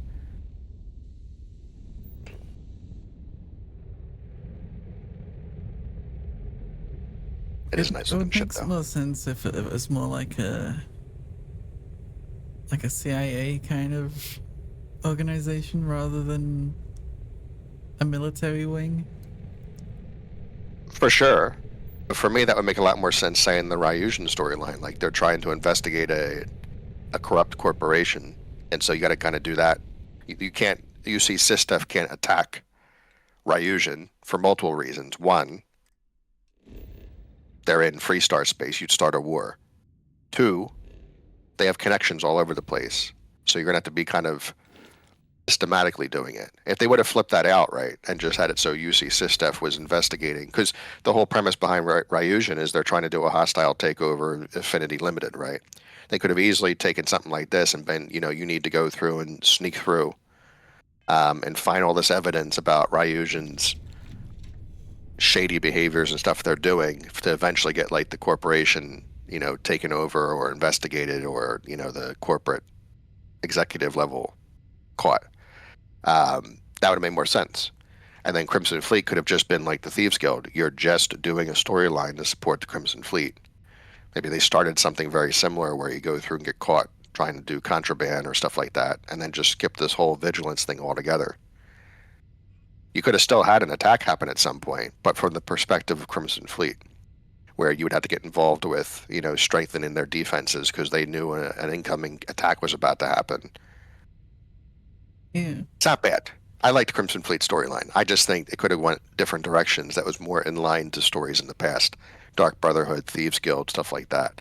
You could have done things that made a little more sense versus this back and forth thing that doesn't make a lot of sense when the Crimson Fleet storyline by itself was already really good. Ryujin by itself was also really good, I thought. Espionage, taking over a faction, figuring out who you're going to ally with at the end. The neuroamps. Vanguard was awesome. Terramorphs are awesome. Freestar Rangers was fine. What else is there? And then you have like stuff like Operation Starseed, which should have been its own proper main storyline. That's pretty good. Genghis Khan versus Amelia Earhart and all that stuff was pretty neat as a concept. And then Ground Pounder and what's the other big one? Failure to Communicate, which is pretty cool. I wish you could join, like, the UC military properly. Because you kind of do with SysDef, but you're still kind of, like, not really. I think they kind of approach it the same way they do with the Brotherhood in Fallout 4, where they had to still position it as, you're in this sentinel position that lets you kind of do what you want. Because they actually tested in Fallout 4 and it's cut where you would actually take Maxon out and become the head of the Brotherhood. But then it gets very weird because the game's designed for you to just go where you want and do what you want. What would have been pretty cool is to incorporate Ecliptic as a group to join, and maybe even the Spacers. I mean, the Spacers, I guess you kind of look at it as just sort of a concept. To be a Spacer is just to float around and like murder and pillage and whatever it is, where Crimson Fleet's more organized like the Thieves Guild. Ecliptic would have been interesting to go and connect into with, you're joining a private military corps, so you're a mercenary, taking on any kind of job, making lots of money. Sort of like the Trackers Alliance with the bounties. I think people really enjoy that one. Yeah. Have you done the whole Trackers Alliance? No, I've never touched it since they added it. Gotcha.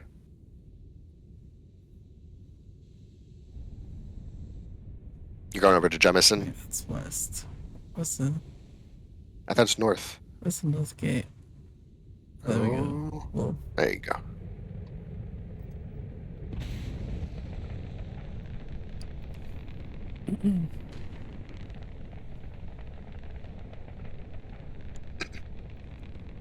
They need an option in Starfield for stabilizing. Like, there was an option you could turn on in X3 that would stabilize you back to being across the ecliptic plane, I guess they called it in X3. So you can orient yourself properly back to what the actual positioning is of each of the cells.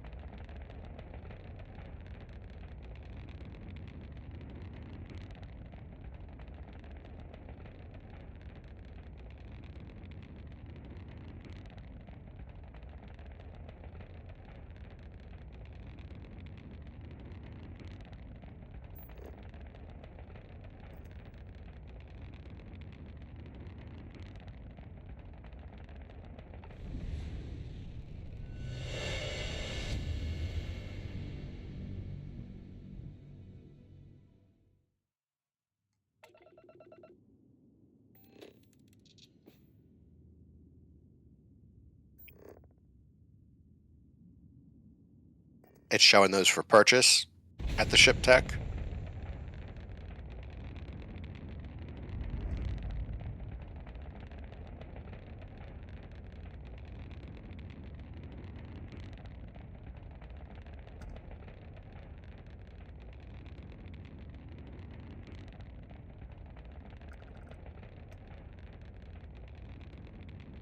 Oh, that's all fixed in 1.010. It's still a problem. We fixed the majority of it in 1.091. The rest of it was fixed by Sarah over the weekend.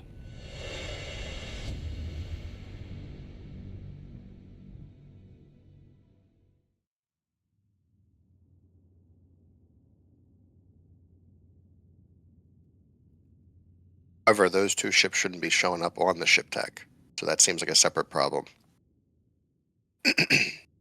You might still see those occasionally on like capital orbits. For some reason, they just show up. We've disabled all the systems, and it keeps spawning them in. Where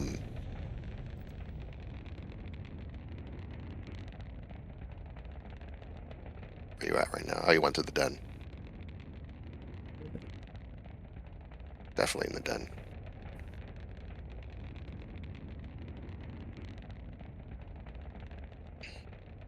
Actually, let me go check real quick. God, I was resaving this for the headlights. Might as well go check real quick here and see what.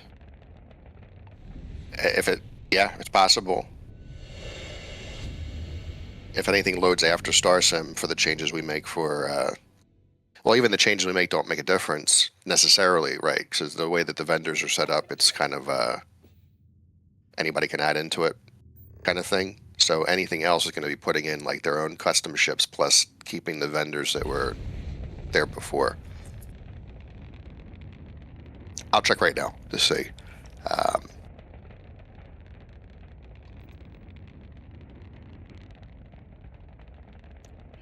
Right, which, so being last in the order will help situationally, but there's mechanisms in the game right now where you can still add data to certain form lists in certain parts of the game, no matter where you are in the load order.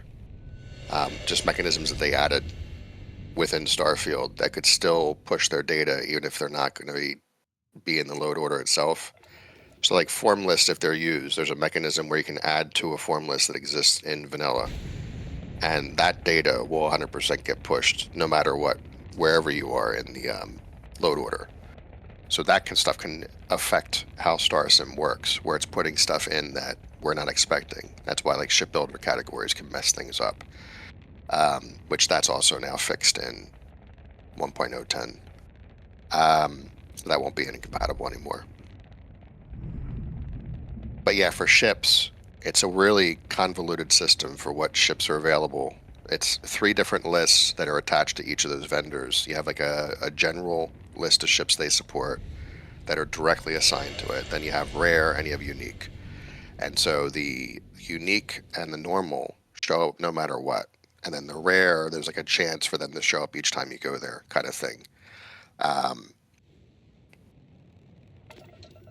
If anything gets added into those lists, they can show up on top of the ships we have right now, which is like, I don't think it's a huge deal overall. I think, honestly, if you're fine with having the vanilla ships there, we did another balance pass again with this update.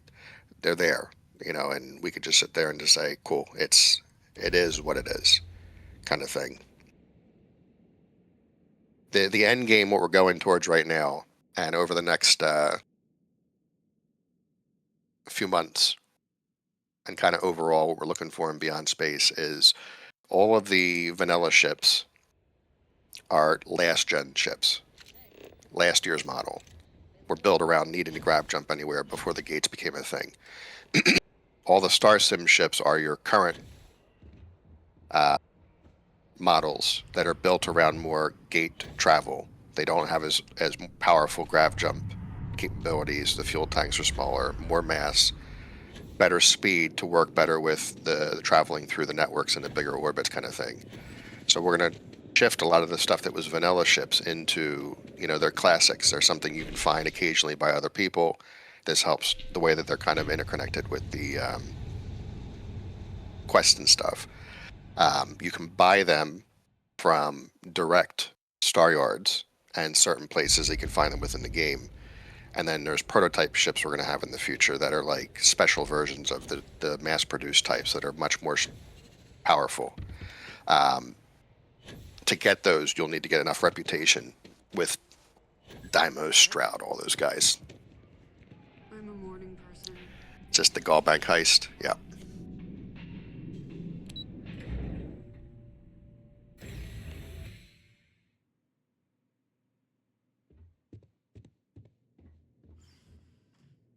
Hello. Welcome to the the Galbank Archives. May I see your credentials, please? Just one moment while I verify. Oh, yes, Mr. Dombrowski. Welcome, sir. Give me a moment to log your visit, and then I'll unseal the archives.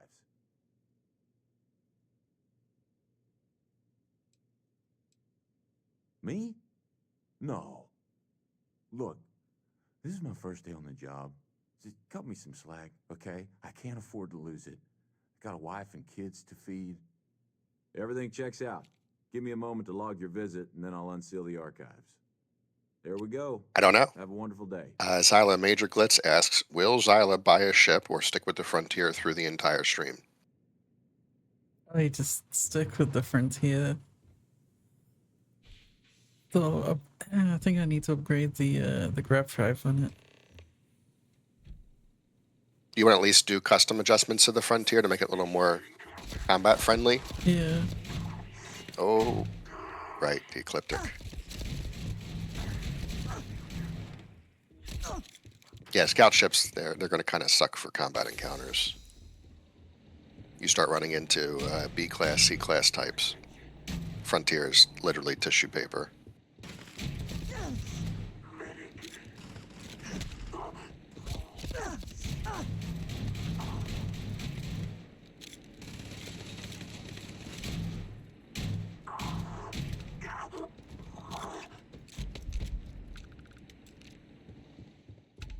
Oh, there you go. We got a repulsing deep mining space helmet, legendary.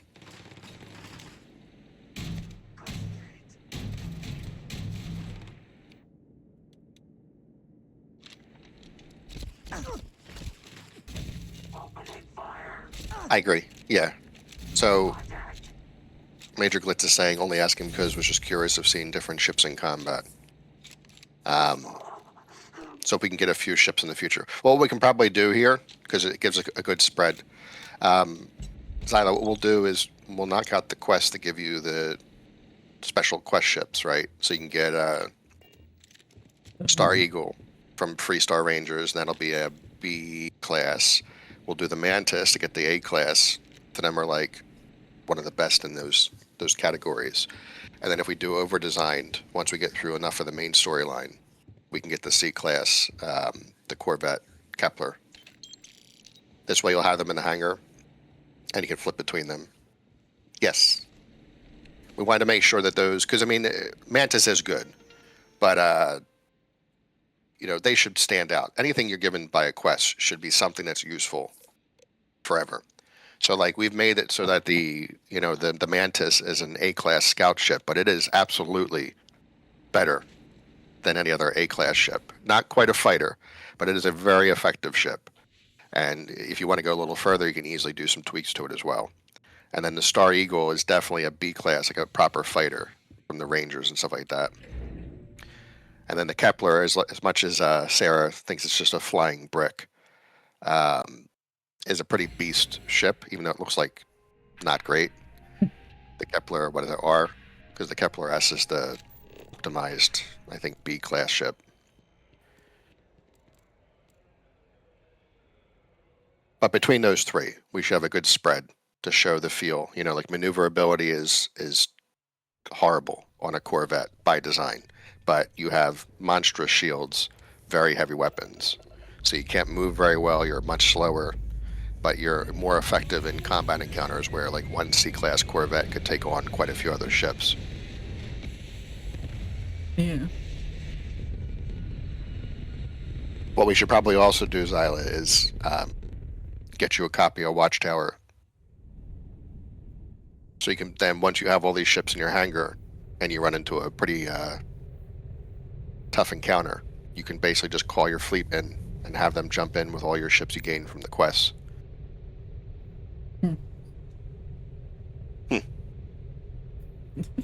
Is the laser tower moving? Oh, did it bump into something? Which one? Yeah, it stopped. One of the laser towers was like moving, but I think it's because it was all everything loaded onto each other and bumped into each other and moved it.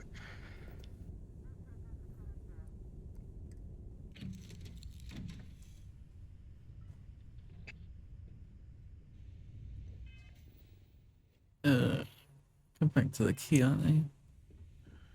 Yes. Can you grav jump that far? I don't think so with the frontier, No. right?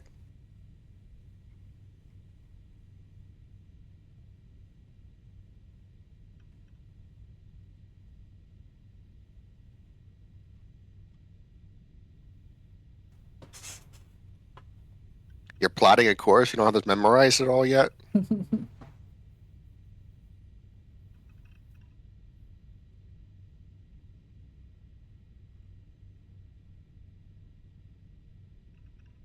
East, east. North, north, north.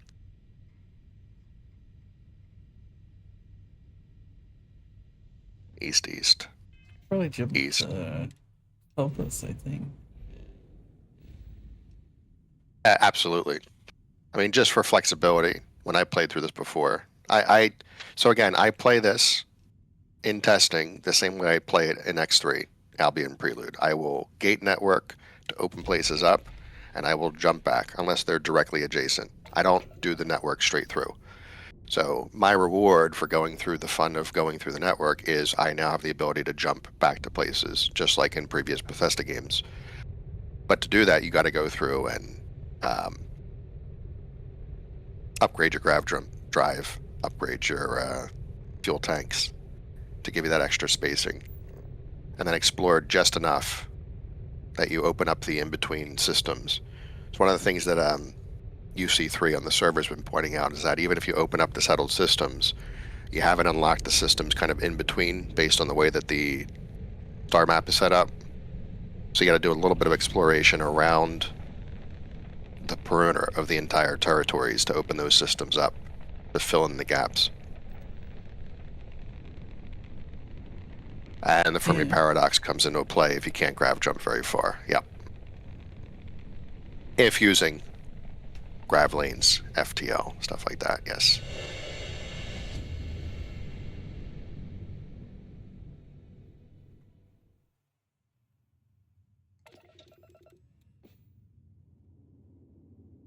We got 5 minutes, Isla. Probably should be able to get back to the key by then. Nice. These 2 hours shoot through quick. Yeah. Too quick.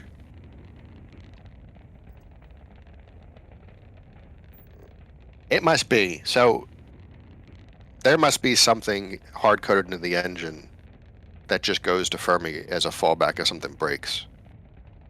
It's just weird that Fermi is the outcome. Like, Fermi's not even anything special to us. Like, it's not a special code, special anything. It's just a random orbit in the far northeast of the map. Like, that's it. Wasn't even the last one done, the first one done. Like, I could think of, like, different things that could have happened. Like, it just seems like the engine goes, when the jumping fails, it has to send you somewhere, and it sends you to Fermi. For whatever reason.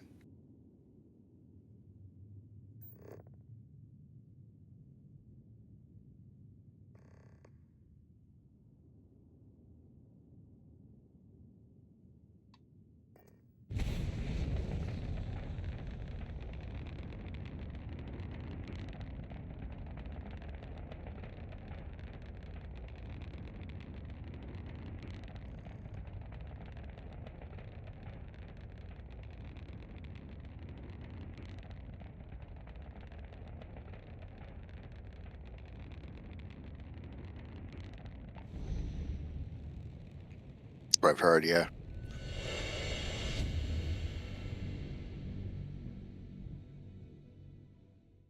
It's a weird one, too, because we had the developer of Seamless Grav Jumps to jump on our server trying to figure things out.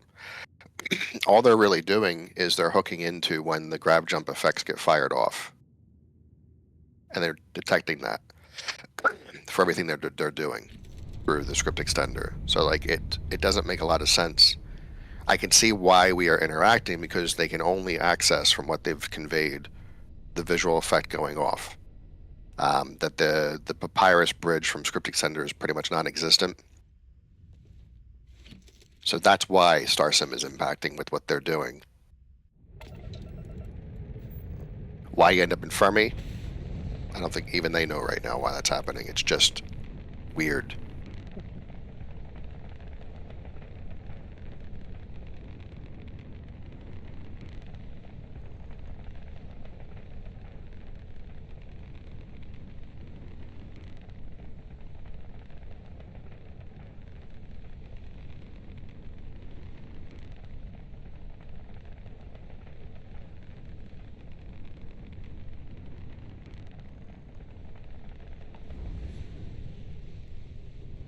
Of course, it's taking a while to plot. Yeah, I'm gonna end up getting there before it's fully plotted. Yeah. Dan, who I've worked with in other projects in the past, he's going to just basically build a pre-planned table, which a lot of games will use to basically make this an instant process, and we're going to dump the entire algorithm completely.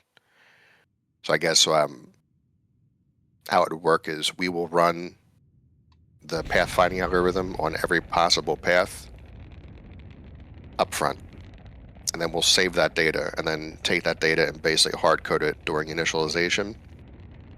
And all we're saving on it is, if I'm going from Jemison to the key, it'll know the first place you need to go to get there as the fastest path. And then every single position will have that same data. And it's just a lookup at that point. No calculations required at all.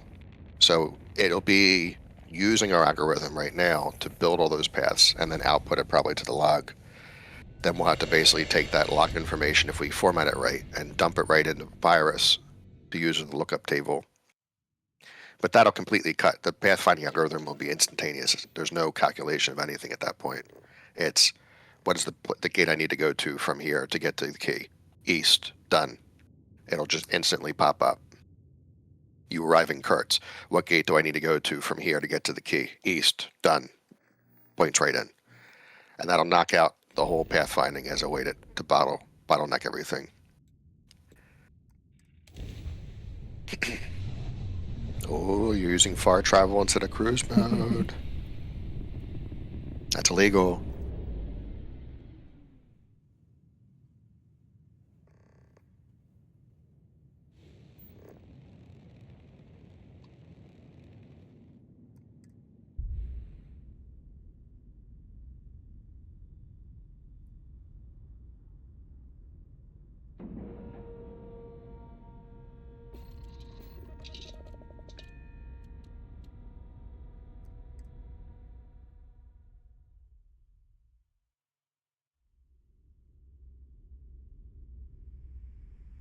Gonna hand it in, and then we'll call it. Yeah. Got it. Next time you see Bog, tell him to lighten up.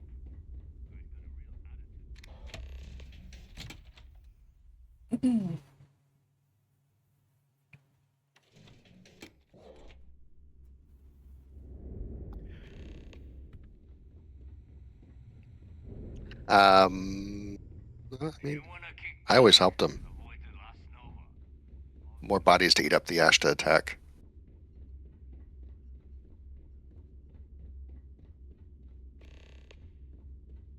Yeah. So you have to start again, didn't we? So we haven't done the Aquila stuff. Yep. But I think when we did it on the other save, I helped them. And then the funny part is the Shaw gang disappears from the game forever from that point forward. Never talked about again. Yeah.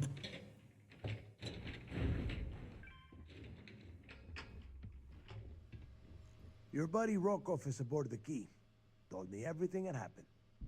Yeah, he won't shut up about you. Keeps going on and on. Now I remember why we kicked his ass out the fleet.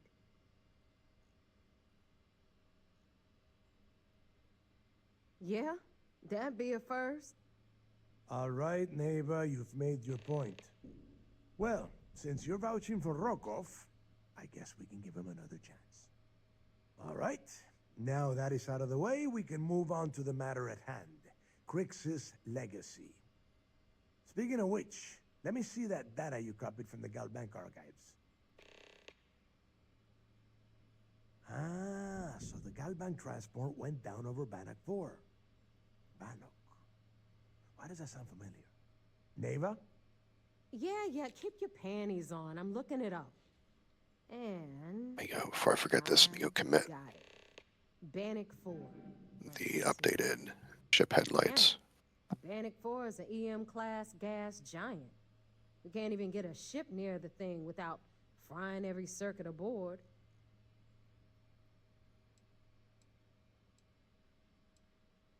I just said the place is EM class. But hey, if you want to commit suicide, please, go ahead and jump there. Don't let me stop you. Both of you shut up and think for a second. I'm sure Crix hit the same roadblock. All we need to do is figure out how he got around it. This sounds like a goddamn waste of time to me. Still plotting that course. I think something must have broken. Yeah, it gave up. It's like, nah, we're not getting this course. That's the spirit, Rook. That is the essence of the Crimson Fleet that has been slipping away lately. Neva, the Galbank data says the transport had a CBR-27 transponder. Can we track that kind of thing? Pinpoint its exact location? That transponder is military grade. We're talking ultra-bit encryption, constantly reshuffling frequencies. We don't have shit like that laying around. But before you get that pissy look on your face, I heard that the UC's been working on a ship I just saw the system called a comms the Twitter/X post about the patch going live, and then what was it? A day later, QA approved the actual build. Here is the plan, so shut up and listen. Now we need one that says Mining Conglomerate itself is now up to date to 1.15. Get us that comm spike. I don't care if it's mounted at the top of mast. I want it. In the meantime, I'm going to find out more about this EM-class gas giant problem. And I think I know just who to ask. Give me a little time to crunch the numbers on the comm spike with Jazz, and I'll point us in the right direction.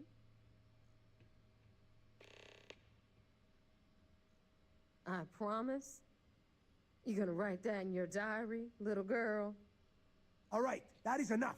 We are in arms. A legendary weapon if you take them out completely. Time to deal with this kind of bullshit. The Shaw Gang. Now, both of you, get the hell out of here and get to work. All right, let's get this over with. Follow me.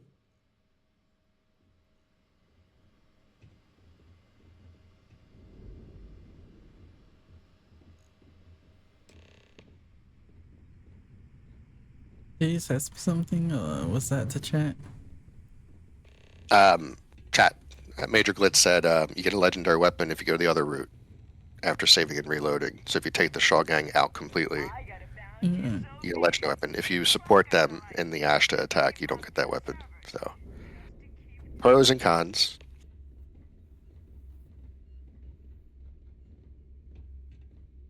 Let's see if Neva will properly pathfind this time. Last time she got stuck and stood around in this area, then couldn't figure out how to get over to talk to Jasmine, and then proceeded to jump off and hurt herself to get over there. Oh, this time she worked for whatever. Whatever. All right. Only when I'm playing. Did you get the Earth Savior Award, or am I gonna be very disappointed? Well, look at that. You followed my directions, and now you're gonna end up with some credits in your pocket. Of course, it would have been more money if you hadn't blabbed about the damn thing to Rokov, but that's on you. Anyway, here's your cash. Keep this up, and I might even start respecting you. All right, Fleet? We've all got work to do, so let's get to it. I was about to say only 3,000. That's barely even enough to cover the bribing. Yep. All right, you want to save here? Yeah, probably. We'll do the vigilance hand in, and then I think the next mission up is going to be the one with the Jade Swan, right? To sneak on that military base. Yeah. So hopefully that holds together. S something. That mission destroyed StarSim for like weeks. Horribly destroyed it. That took a hell of a time to get that working. So, you know, we know it passed because Bethesda managed to run through it as well, but we'll see what happens since you had the invisible ladder with the prison ship, if everything holds together and works as it's supposed to. You may want to tomorrow, I think it's tomorrow and Sunday this week, plot something else just to get that weird back and forth thing to go away before you do anything else after you save. Yeah. But, cool. I think we're good for today on the stream.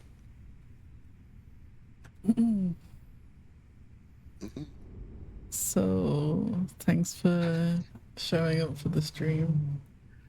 Yep, thank you. We're trying to get 1.0.10 out today, but it needs more testing. If not, we're trying to aim for the end of the week. We definitely want this patch out, though. So once we know it's working well and Sarah has approved, it'll go out immediately. We're going to be doing both the patch to update, where you can just update it and it works on existing saves, and we're going to be pushing this as the first build as a proper update to Beyond Space itself. We do need to coordinate with Bethesda on that, though. How they want to approach updates to Beyond Space because of how big it is. We don't want 6 months again, ideally, to get approved. But thank you, everybody, and we'll see you guys all tomorrow at same time. Bye. See you later. The void is yours.